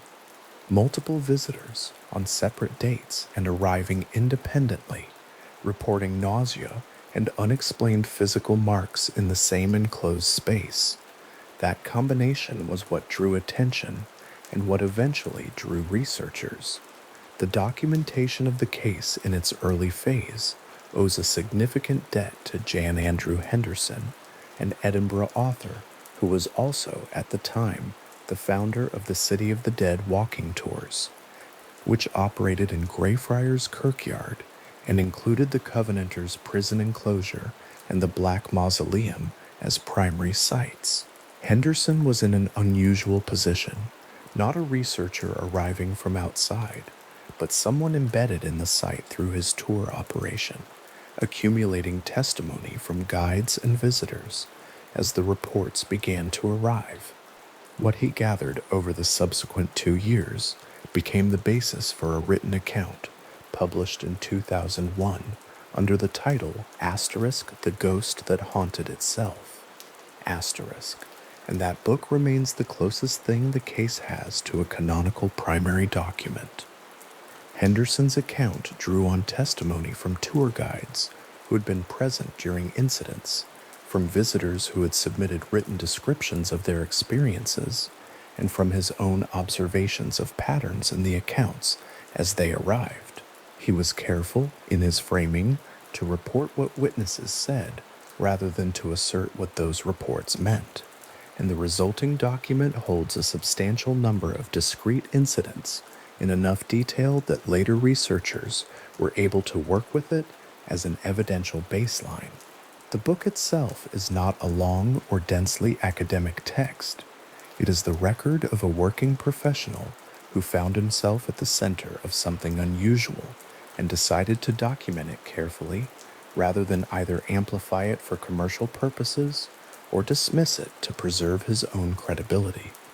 The number most frequently cited in coverage of the Mackenzie case, both in Henderson's own account and in media reporting that followed, is the figure of over 450 reported incidents.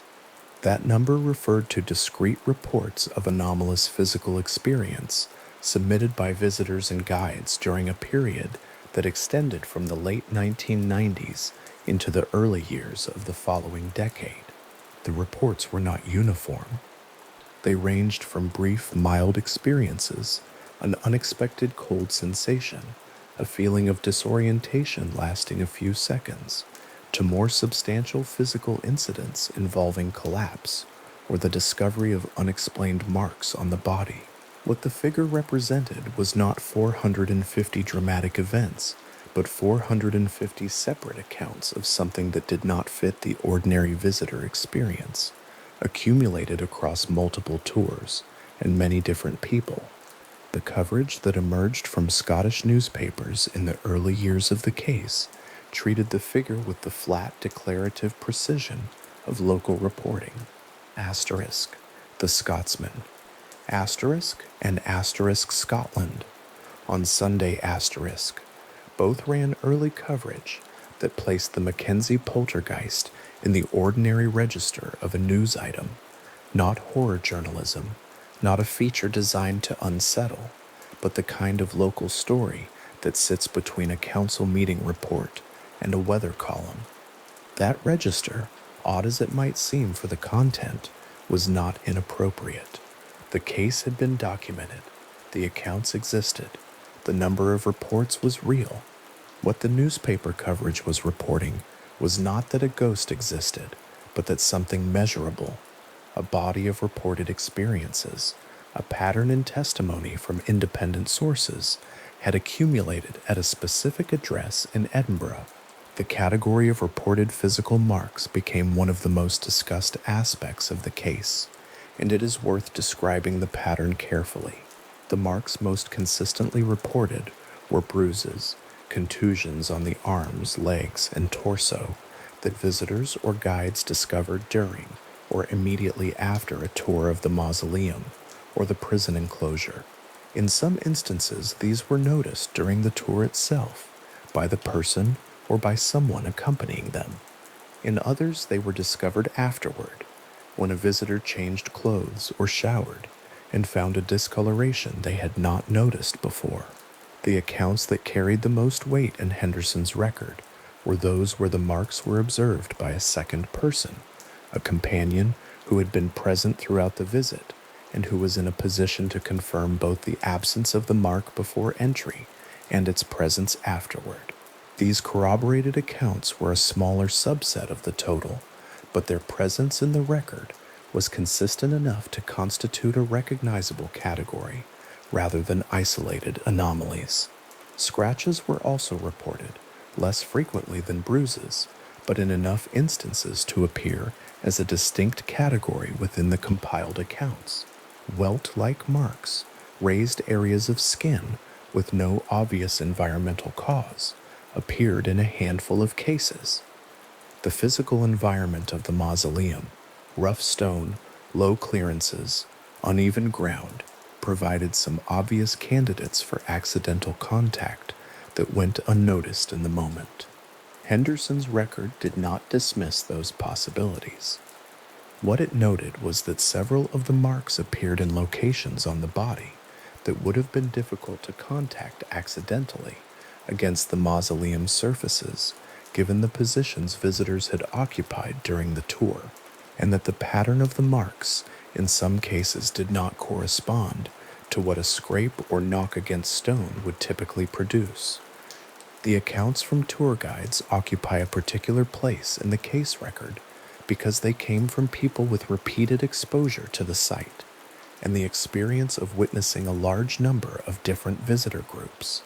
A guide who had led tours through the kirkyard and the mausoleum over the course of several months had a reference base that a single visitor did not, a sense of what the ordinary range of visitor behavior and response looked like, against which an anomalous event stood out. Several guides reported incidents that they described as unlike anything in their prior experience of the same route. Visitor collapse was the category of reported incident that guides most consistently described as distinctive, a person losing consciousness without warning, in the absence of an obvious environmental cause, heat exhaustion in an already cold space, a sudden illness with no preceding symptoms, a physical impact that was not witnessed by anyone present, created a specific kind of account. The guide was there. The other tour members were there. The person fell. There was no explanation that the guide could point to, no moment that preceded the event, no visible cause. In several reported instances, more than one member of the same tour group collapsed or came close to collapse during a single visit, which added a further element to accounts that guides described as outside the range of coincidental individual episodes. The Covenanters' prison enclosure was the location for a significant proportion of reported incidents. Not only the mausoleum interior, the enclosure is the high-walled outdoor area adjacent to the mausoleum where the Covenanting prisoners were held in the late 17th century, and its physical character, enclosed, shaded, walled on all sides, with no line of sight to the street or the broader kirkyard, gave it a quality distinct from the rest of the grounds. Visitors described experiences within the enclosure that followed the same categories as those reported inside the mausoleum: cold sensations, nausea, the feeling of contact, and in some cases the discovery of physical marks afterward. Whether the enclosure and the mausoleum produced reports in roughly equal frequency, or one significantly more than the other, was not something Henderson's record was precise enough to establish, but accounts from both locations appeared consistently through the documented period. One particular quality that emerged from Henderson's compiled testimony was the difficulty witnesses had in describing the sensation of contact in terms that aligned with ordinary physical experience. Witnesses who described being grabbed or pushed were typically clear that they had experienced something, a pressure, a sensation that registered as physical, but found it hard to locate precisely or to characterize in a way that satisfied them. Some described it as a hand on the arm or the back of the neck. Others described it more vaguely as a pressure they were aware of, without being able to say where exactly on the body it occurred. The accounts were not uniform in their precision, which made them less satisfying as testimony in one sense, but also less susceptible to the criticism that a group of visitors had collectively constructed matching narratives. The variations in description were consistent with independent reporting rather than shared suggestion. Henderson was attentive to this quality in the testimony he gathered. He noted in his written account that witnesses who were most uncertain about how to describe their experience tended to be the ones who were most clearly disturbed by it, not in the sense of theatrical distress, but in the specific unease of someone who has encountered something they cannot place in any available category and find that absence of category troubling. The experience resisted description, not because it was overwhelming, but because it was genuinely unfamiliar. The written record that the ghost that haunted itself, preserved, was from the beginning uneven in its evidentiary quality. Some accounts came with corroboration, a second witness, a photograph of the mark, a guide's written notes made on the evening of the incident. Many came without corroboration, as single witness reports that could not be tested against any external reference. Henderson did not treat these two categories as equivalent, and the book's most careful passages are those where he distinguishes between what could be verified in some limited sense and what rested entirely on individual testimony. The distinction mattered to him, and its presence in the text was one of the things that gave the book a quality of intellectual seriousness that purely sensational treatments of the case lacked. The media interest in the case, which grew significantly after the book's publication, did not always maintain that distinction. News coverage and subsequent popular accounts tended to treat the 450 figure as a single mass of equivalent reports rather than a varied record, ranging from the well-corroborated to the entirely uncorroborated. The effect of that flattening was to make the case seem simultaneously more dramatic and less careful than Henderson's original account had been. Reports that appeared in popular supernatural anthologies and on early internet forums during the same period added further accounts of varying reliability and provenance, drawing on the documented case as a frame within which to place experiences that may or may not have been independently reported to Henderson's operation. What persisted through all of this, and what still constitutes the evidential core of the case, was the body of accounts gathered in the period between 1999 and the book's publication in 2001. Accounts gathered close to the events by someone with direct access to the witnesses, who had a working professional investment in both recording them accurately and not inflating them beyond what the testimony supported. That body of accounts is imperfect. It is also the closest thing to a primary source the case has, and its imperfections are of the kind that belong to careful rather than careless documentation, the acknowledgement of uncertainty where uncertainty existed, the separation of the corroborated from the uncorroborated, the refusal to close questions that the testimony left open. The tour operation that Henderson founded, the City of the Dead tours, continued operating in the years following the book's publication, and the guided tour format became the primary means through which visitors encountered both the mausoleum and the prison enclosure.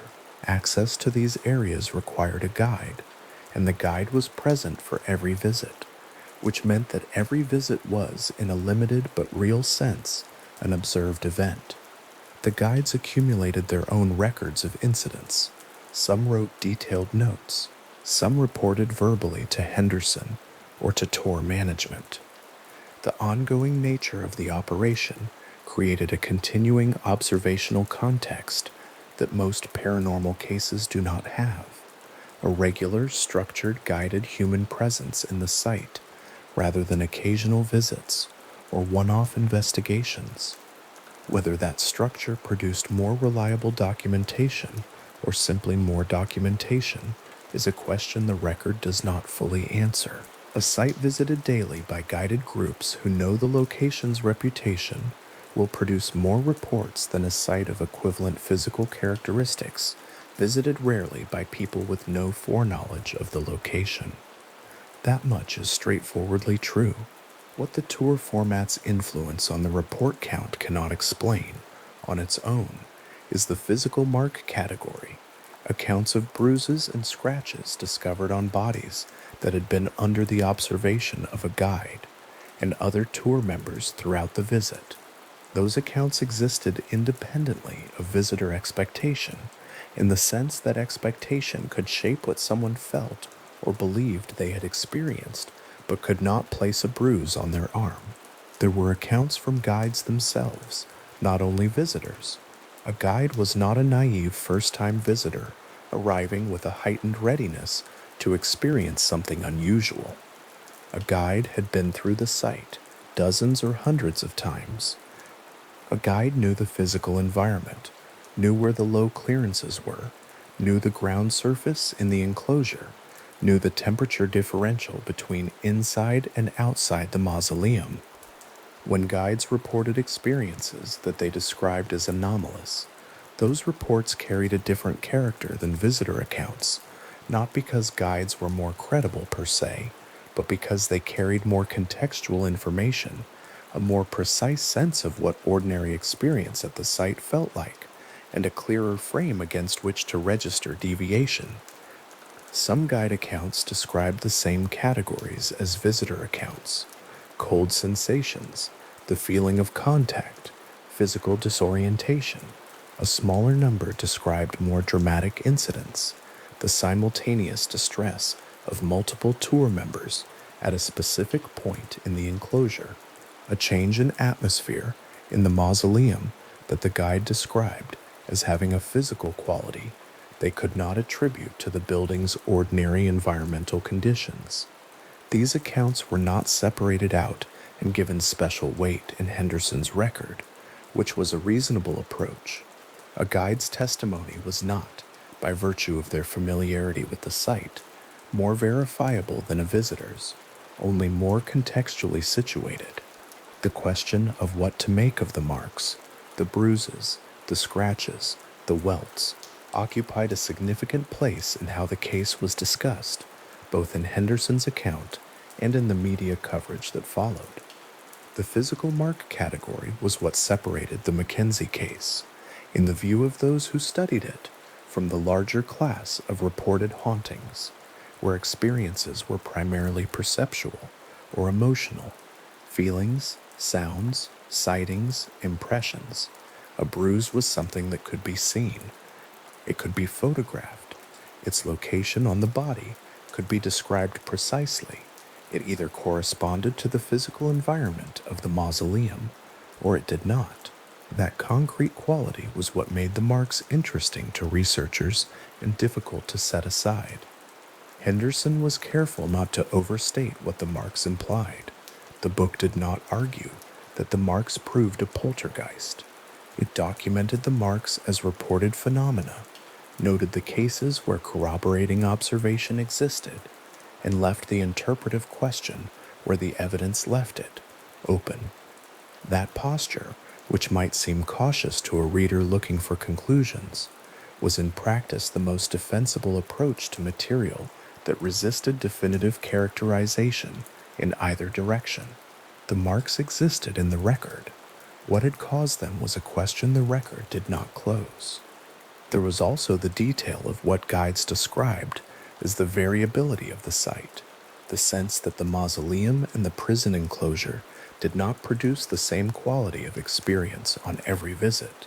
Some tours passed through without any notable incident. Others produced multiple reports from different members of the same group. The absence of incidents was not newsworthy in the way the presence of incidents was, and so the periods of quiet did not accumulate in the written record the way the active periods did. But guides noted them, and the acknowledgement of variability was itself a feature of the documented case, an indication that whatever was being observed did not operate with mechanical regularity. The prison enclosure on a winter evening, when the guided tour was the only occasion on which the gate was opened, had a physical character that contributed to several accounts in ways that are difficult to disentangle from the incident reports. The high walls kept both light and wind out, creating a pocket of cold air that felt still even when the rest of the kirkyard was in motion. The grass inside grew without much disturbance from foot traffic, since visitors entered only during tours and were shepherded through rather than allowed to walk freely. The mausoleum, visible at the far end of the enclosure, was dark, no installed light. The iron gate usually closed, so that what visitors saw from the enclosure entrance was a dark stone form at the edge of a dark enclosed space, with the locked gate giving only a narrow view of the interior beyond. It was into that environment that the tour groups walked, carrying with them the account of what had been reported there, and the awareness that the site had an unusual history, even by the standards of a kirkyard that had functioned as a burial ground for 4.5 centuries.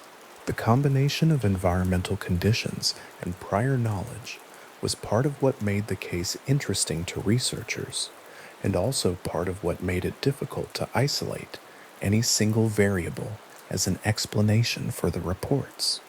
These were not people arriving in ignorance at an ordinary location. They were people who had chosen a tour specifically associated with the site's reputation, arriving at a physically unusual space, guided by someone whose professional context was the history and reported incidents of that space. And yet the marks were there, the collapses were there, the guide accounts were there. The figure of over 450 reported incidents sat in Henderson's published record and in the newspaper archives that had covered the case in its early period. Account of something, not of a poltergeist, not of a ghost, not of anything whose explanation the record supplied, but of experiences that a significant number of independent people had reported in connection with a specific place and a specific period of time.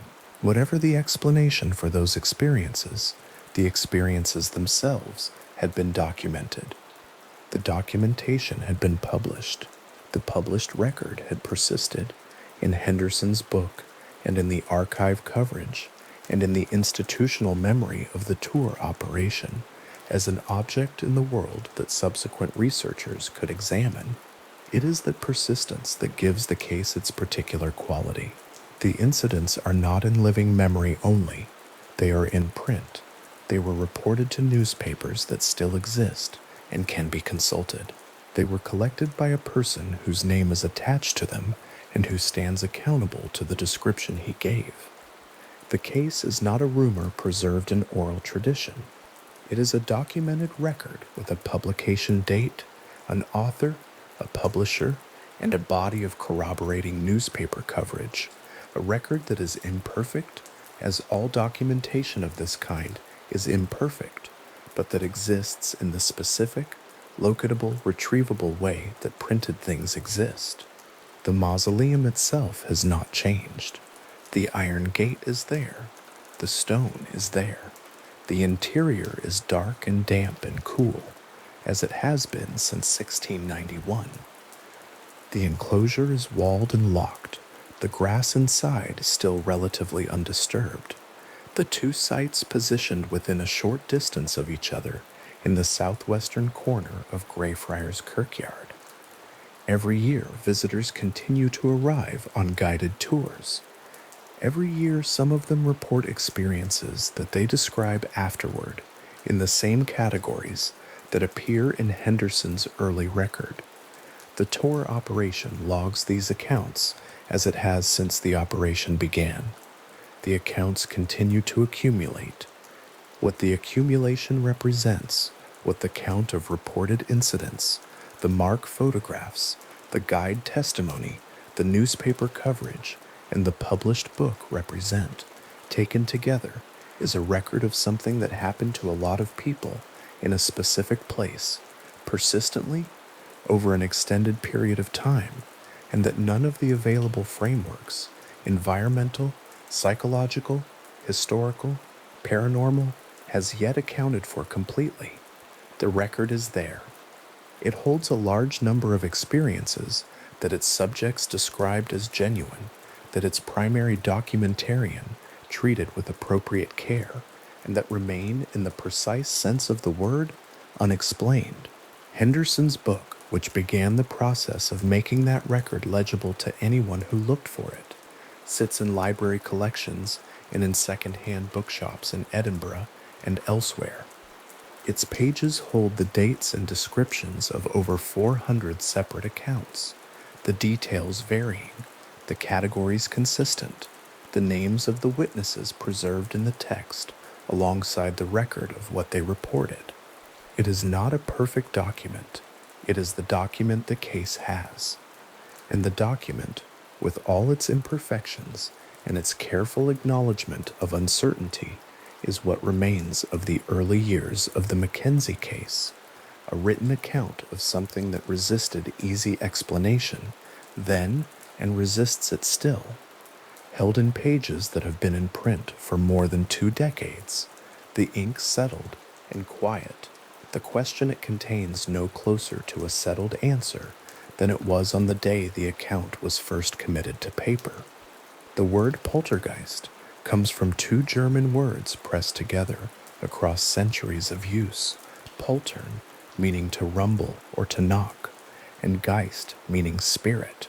What the compound produces is something like noisy ghost or rumbling spirit, which is a deliberately physical description. Paranormal researchers and taxonomists of reported phenomena have maintained the distinction between poltergeist and ghost, with some care, not because the distinction resolves anything, but because it maps to a consistent pattern in the reports. A ghost in the formal taxonomy is primarily seen or heard at a distance. A poltergeist makes contact. It moves objects. It touches people. It produces effects that are measured not in sightings, but in bruises, in objects displaced, in the physical fact of a person on the ground who was standing upright a moment before. The Mackenzie case has been classified within this category from the earliest sustained documentation, and the classification holds not because it explains what has been reported in the southwestern corner of Greyfriars Kirkyard, but because the reported events fit the profile with a consistency that researchers in the field have noted and returned to across more than 2 decades of accumulated accounts. What poltergeist activity looks like in the documentary record that researchers like Alan Gauld and A.D. Cornell spent years assembling is a pattern rather than a single event. Gauld and Cornell's foundational text on the subject, published in 1979, systematized more than 500 reported cases drawn from historical records, first-hand accounts, and investigative files accumulated across more than a century of serious collection. Their methodology was taxonomic. They were building a map of what poltergeist reports looked like when held together in a large enough sample to allow pattern identification. Physical contact with living persons was among the most consistently recorded categories. So was the temperature drop. So was the involuntary collapse of witnesses who had no prior medical history that accounted for it. The Mackenzie case, which postdates the book's publication, was not available to Gauld and Cornell when they drew their conclusions. That it fits the pattern they described from entirely independent sources is one of the details that researchers working on the Greyfriars accounts have found worth noting, and have noted, without drawing conclusions, that the evidence does not support. The Black Mausoleum stands in the southwestern section of Greyfriars Kirkyard, as it has stood since 1691. Its circular stone form is unchanged in its fundamental dimensions. The classical pilasters on its exterior have been worn by more than 3 centuries of Edinburgh weather. The carved details softened in places by rain and frost, cycling through the same stone in the same sequence across the same months of the same Edinburgh winters, year after year, from the late 17th century to now. The locked iron gate installed at its entrance following the 1999 floor collapse remains in place. The interior has no artificial light. The stone walls retain their moisture.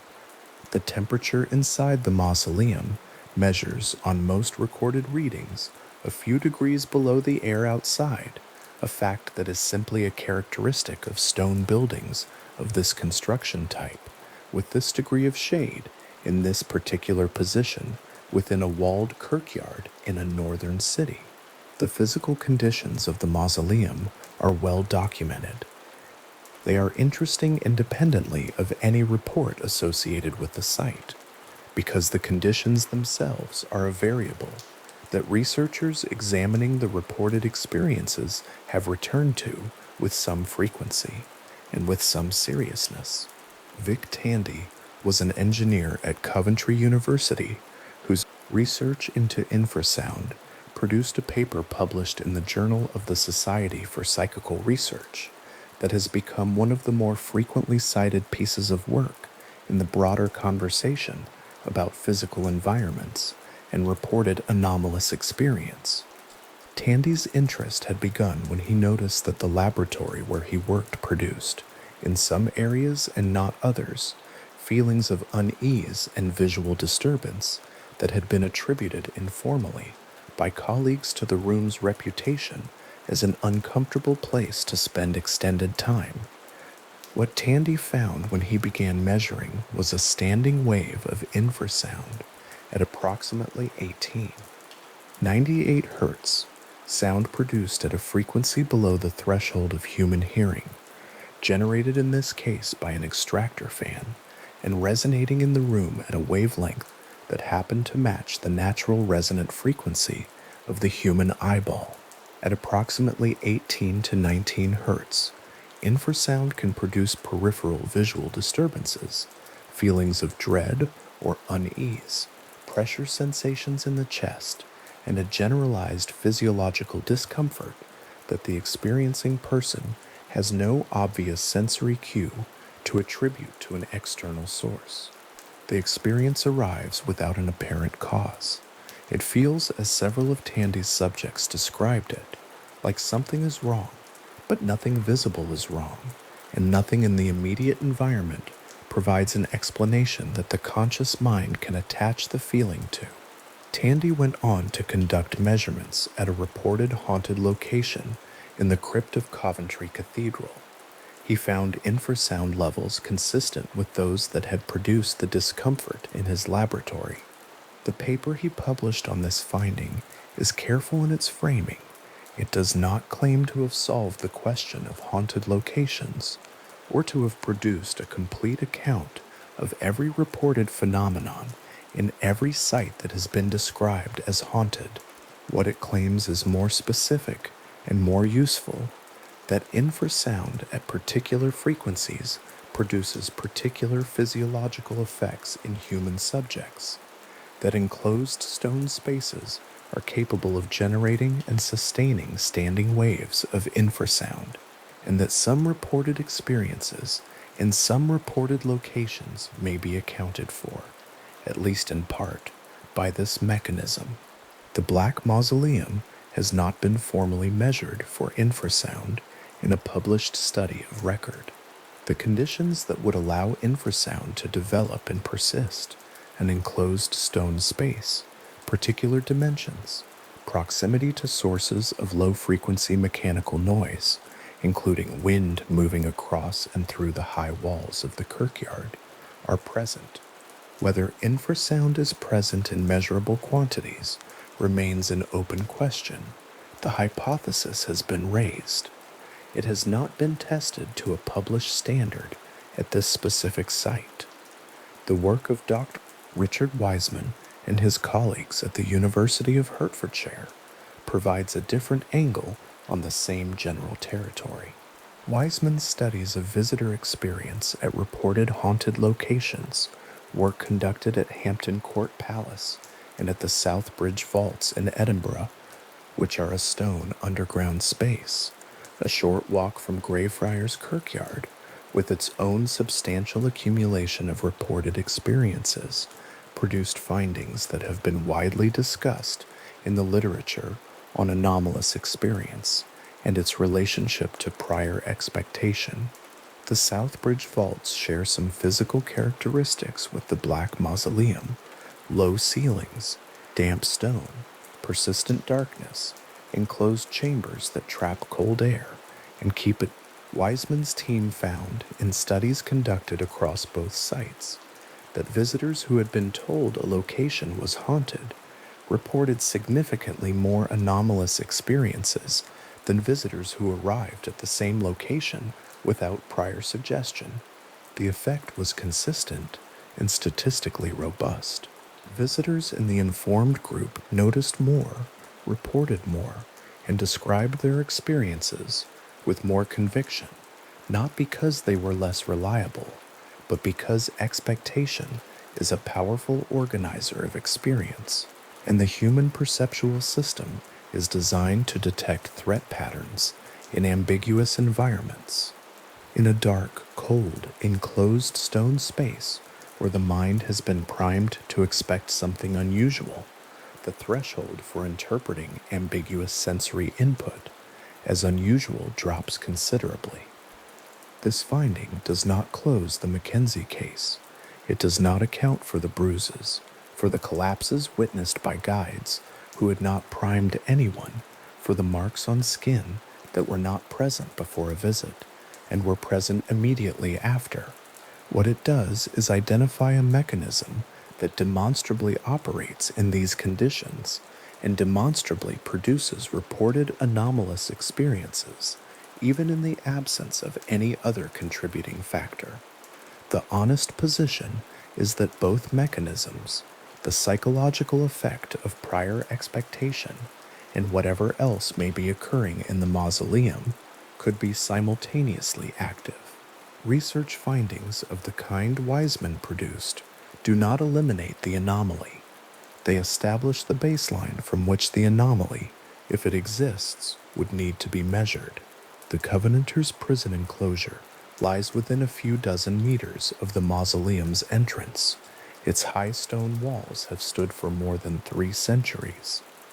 The grass inside the enclosure is undisturbed on most days. The gate that restricts access was not installed for atmospheric effect, but because access to both the enclosure and the mausoleum has been administratively controlled by Edinburgh City Council since the period following the 1999 collapse, and that control has persisted continuously in the form of a locked iron gate and a requirement that entry to the site be arranged through authorized guided tours. The administrative arrangement is practical in its origins and straightforward in its application. The gate closes. The padlock rests against the stone of the doorframe. The grass inside grows and is occasionally trimmed and grows again. The stone walls absorb rain and dry in the sun and absorb rain again in the same rhythm they have maintained since the enclosure was built to hold covenanting prisoners in the autumn of 1679. What researchers approaching the Mackenzie case from an analytical rather than testimonial direction have found most interesting is not the dramatic incidents, but the accumulation, the fact that the documented pattern of reported physical experiences, compiled across more than 2 decades by multiple observers working independently, produces a profile consistent with what the taxonomy of poltergeist cases predicts. This is not evidence of a poltergeist, cases predicts. The consistency of the profile does not establish that the cause of the reported experiences is what the taxonomy describes. What it establishes is that the reports, taken as documents, belong to a category, that the shape of what is being reported at Greyfriars is not random or unique, but fits a pattern that has been documented across centuries of collected cases from many different locations and cultural contexts. That pattern could reflect a genuine physical phenomenon. It could reflect a cultural script that shapes how people interpret and report unusual experiences in locations they have been told are associated with unusual events. It could reflect both. The evidence that currently exists does not permit a conclusion that distinguishes cleanly between these possibilities. Jan Andrew Henderson's 2001 book, the first extended written account of the Mackenzie Poltergeist, represented one kind of response to the accumulation of reports, the decision to treat them as material worth taking seriously enough to organize and document in a sustained form. The record Henderson assembled is the primary written archive the case possesses. More than 450 reported incidents, compiled from tour guide accounts, visitor testimony, and direct observation, organized in a form that allows the reader to see the categories into which the reports fall, and the frequency with which those categories recur. A book of this kind is a particular kind of document. It is not a scientific study. It is not a controlled investigation. What it is a collection, a sustained act of attention to a body of reported experience that might otherwise have remained dispersed across individual memories and unpublished accounts, inaccessible to anyone who wanted to examine the pattern rather than a single incident. The book sits in library collections and on the shelves of people interested in the case. The reports it compiled have been cited by subsequent researchers examining the site. The document persists, as all documents persist, as a record of what was reported, held in the form in which it was set down, available to whoever looks for it. There is a quality that attaches to cases that remain open for long periods of time. Cases that accumulate investigation and theory and documentation without arriving at a conclusion that satisfies all the parties who have looked carefully at the evidence. The quality is not quite frustration. It is closer to the feeling of a question that has been asked honestly and has received, from every angle at which it has been approached, an answer that is partial, useful, worth holding, but not complete. The Mackenzie case has that quality in some degree. The infrasound hypothesis is partial. The suggestion hypothesis is partial. The poltergeist taxonomy is partial, a system of description rather than explanation, a map of what the reports look like rather than an account of what produces them. Each partial answer accounts for some portion of what has been documented and leaves another portion unaddressed. That is not an unusual condition in cases of this kind. It is in some sense the defining condition of the case. The mausoleum itself continues to be visited. The city's administrative restrictions remain in place. The locked gate at the mausoleum entrance is there on any given morning that Greyfriars Kirkyard is open to the public, the padlock closed, the bars casting their grid of shadow across the threshold, the interior dark and damp behind them. Guided tours pass through the southwestern section of the Kirkyard on evenings throughout the year, entering the Covenanters' prison enclosure and approaching the mausoleum's entrance in the dark. The stone of the mausoleum is unchanged. The walls of the enclosure are unchanged. The distance between the two structures, walkable in under a minute, is unchanged. What the site at Greyfriars holds that makes it particularly resistant to simple resolution is not only the reported incidents, but the layered history beneath them. A burial ground continuously in use since 1562, a kirk built on the soil of a Franciscan friary, a national covenant signed on a flat table tomb in the open air of the kirkyard, more than 1,000 prisoners held in an open enclosure through a Scottish autumn and winter, with several hundred dying during those months, buried in or near the ground where they were held. A mausoleum built in 1691 for the man who had overseen legal proceedings against those prisoners, positioned within sight of the enclosure where they had been confined. 3 centuries of burials continuing around and between these sites, the ground accumulating layers of human remains below the turf, while the stone structures above persisted unchanged in their positions relative to one another. The history of the place is not the cause of the reported experiences. History does not produce bruises or collapses in any mechanism that current understanding supports, but it creates a context in which the physical and the documented and the reported are woven together so completely that separating them becomes, at some level, an artificial exercise. The stone walls of the Covenanters' prison enclosure are one of the most physically immediate things in the southwestern corner of the Kirkyard. They are high enough to block the wind from most directions. They are thick enough to retain cold in their mass for hours after the air temperature outside has risen. They are old enough that the mortar between their stones has been repointed multiple times across 3 centuries of maintenance, each repair itself now old enough to have acquired its own weathering, its own texture of moss and lichen and water staining. Standing within the enclosure and looking at those walls is an experience of duration, of something that has been in this position, in this form, for a span of time that exceeds any individual life by several multiples. The grass inside grows in the same ground that held prisoners in 1679.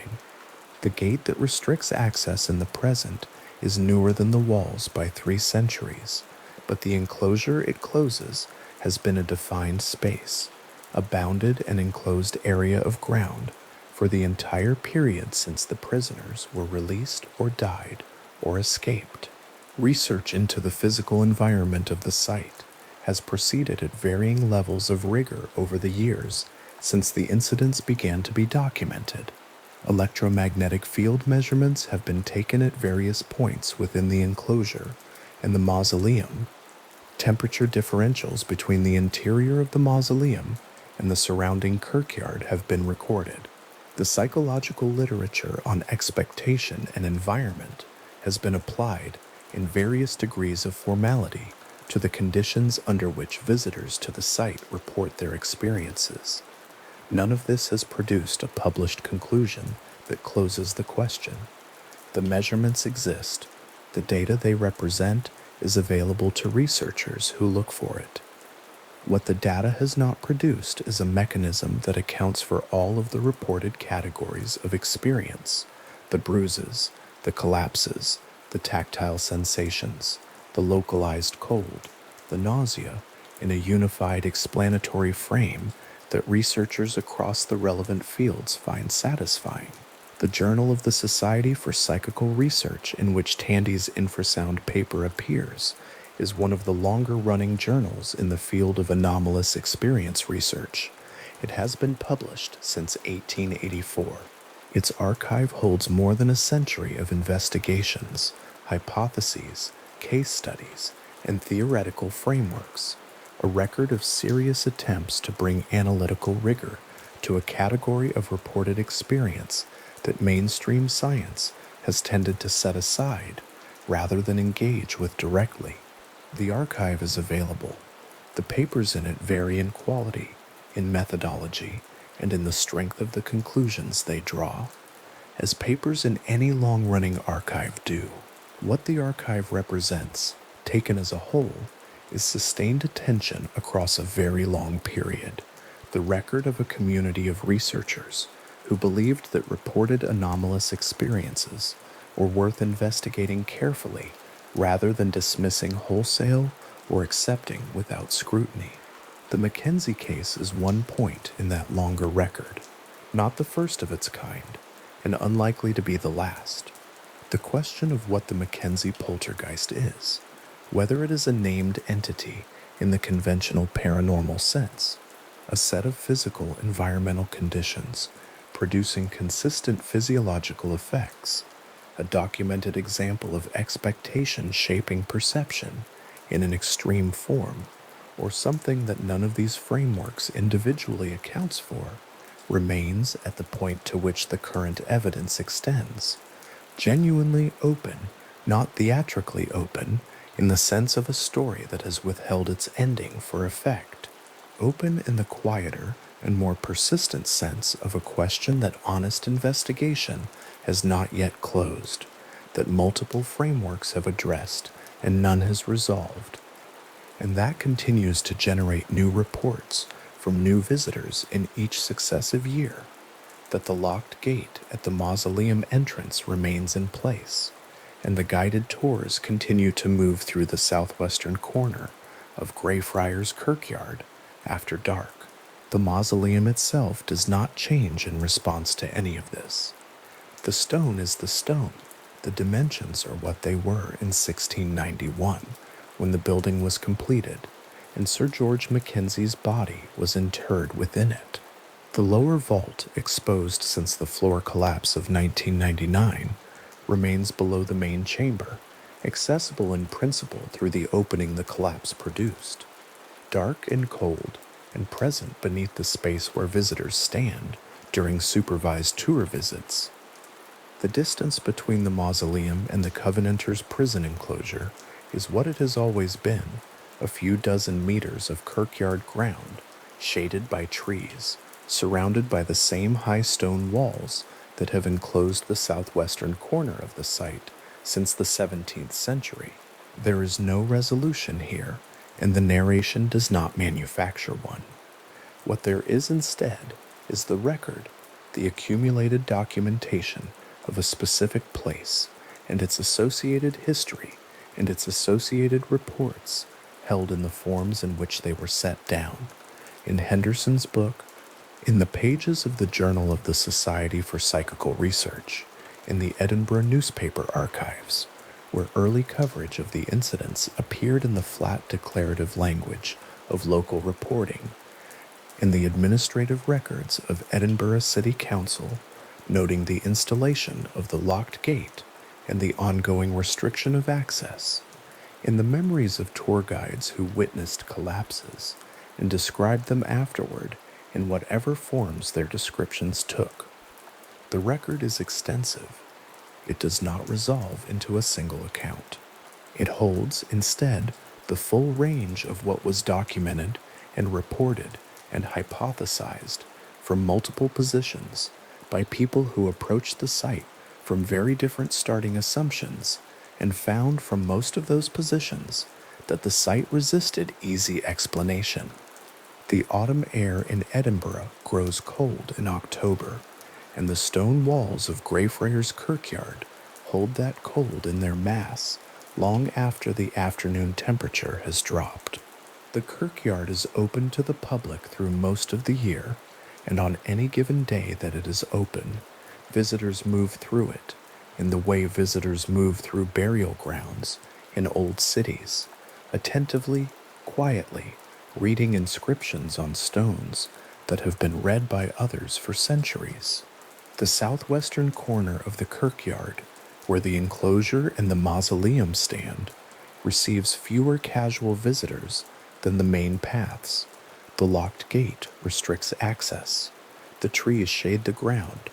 The walls are high enough that the sound of the city beyond them is reduced to a general low register, the specific sounds of traffic and voices smoothed into something ambient and undifferentiated by the time they reach the interior of the enclosure. Gauld and Cornell's taxonomy of poltergeist cases identified several features that appear across reports from different periods, different cultures, and different physical environments, with a frequency too consistent to be easily dismissed as coincidence in the documentary record. Direct physical contact with living persons, the category that includes the bruises and scratches, and what some witnesses have described as being pushed or grabbed, appears in their compiled cases from the 19th century onward with a regularity that predates any particular location's reputation and any particular community's expectation. The collapse of witnesses in the absence of obvious environmental cause appears in that record as well. The localized cold that does not spread evenly through a space, but is reported in specific areas within an otherwise uniformly cold room. None of these features is unique to the Mackenzie case. All of them are present in the Mackenzie case. The profile fit has been noted. It has not been explained by the noting. What remains when everything that can be said about the case has been said is the site, the Black Mausoleum in the southwestern corner of Greyfriars Kirkyard, its locked iron gate closed against a stone threshold, worn smooth in the same place by the same gesture repeated across decades of tour visits. The Covenanters' prison enclosure, a few dozen meters away, its walls standing in the same positions they occupied in 1679, the grass inside growing in the same ground where more than 1,000 prisoners were held through an autumn and winter 3.5 centuries ago. The lower vault of the mausoleum, open to air since 1999, dark below the main chamber floor, cold in the way that enclosed stone spaces below ground level are cold, not dramatically, not symbolically, but simply as a matter of physics and stone and depth and shade. Edinburgh City Council's access restrictions remain in place. The mausoleum gate is locked on any given morning. The kirkyard is open. The guided tours move through the site in the evenings with a regularity that has not been substantially interrupted since the early years of the reported incidents. The reports have continued to accumulate since Henderson published the first extended account in 2001, each successive year adding its own quota of visitor accounts, some fitting the established categories closely, some departing from them in ways that researchers have noted, but not yet fully integrated into the existing record. The case is not cold. It is not closed. It is ongoing in the most literal sense. The site exists, it receives visitors, and the visitors continue to report experiences that the available explanatory frameworks have not yet fully accounted for.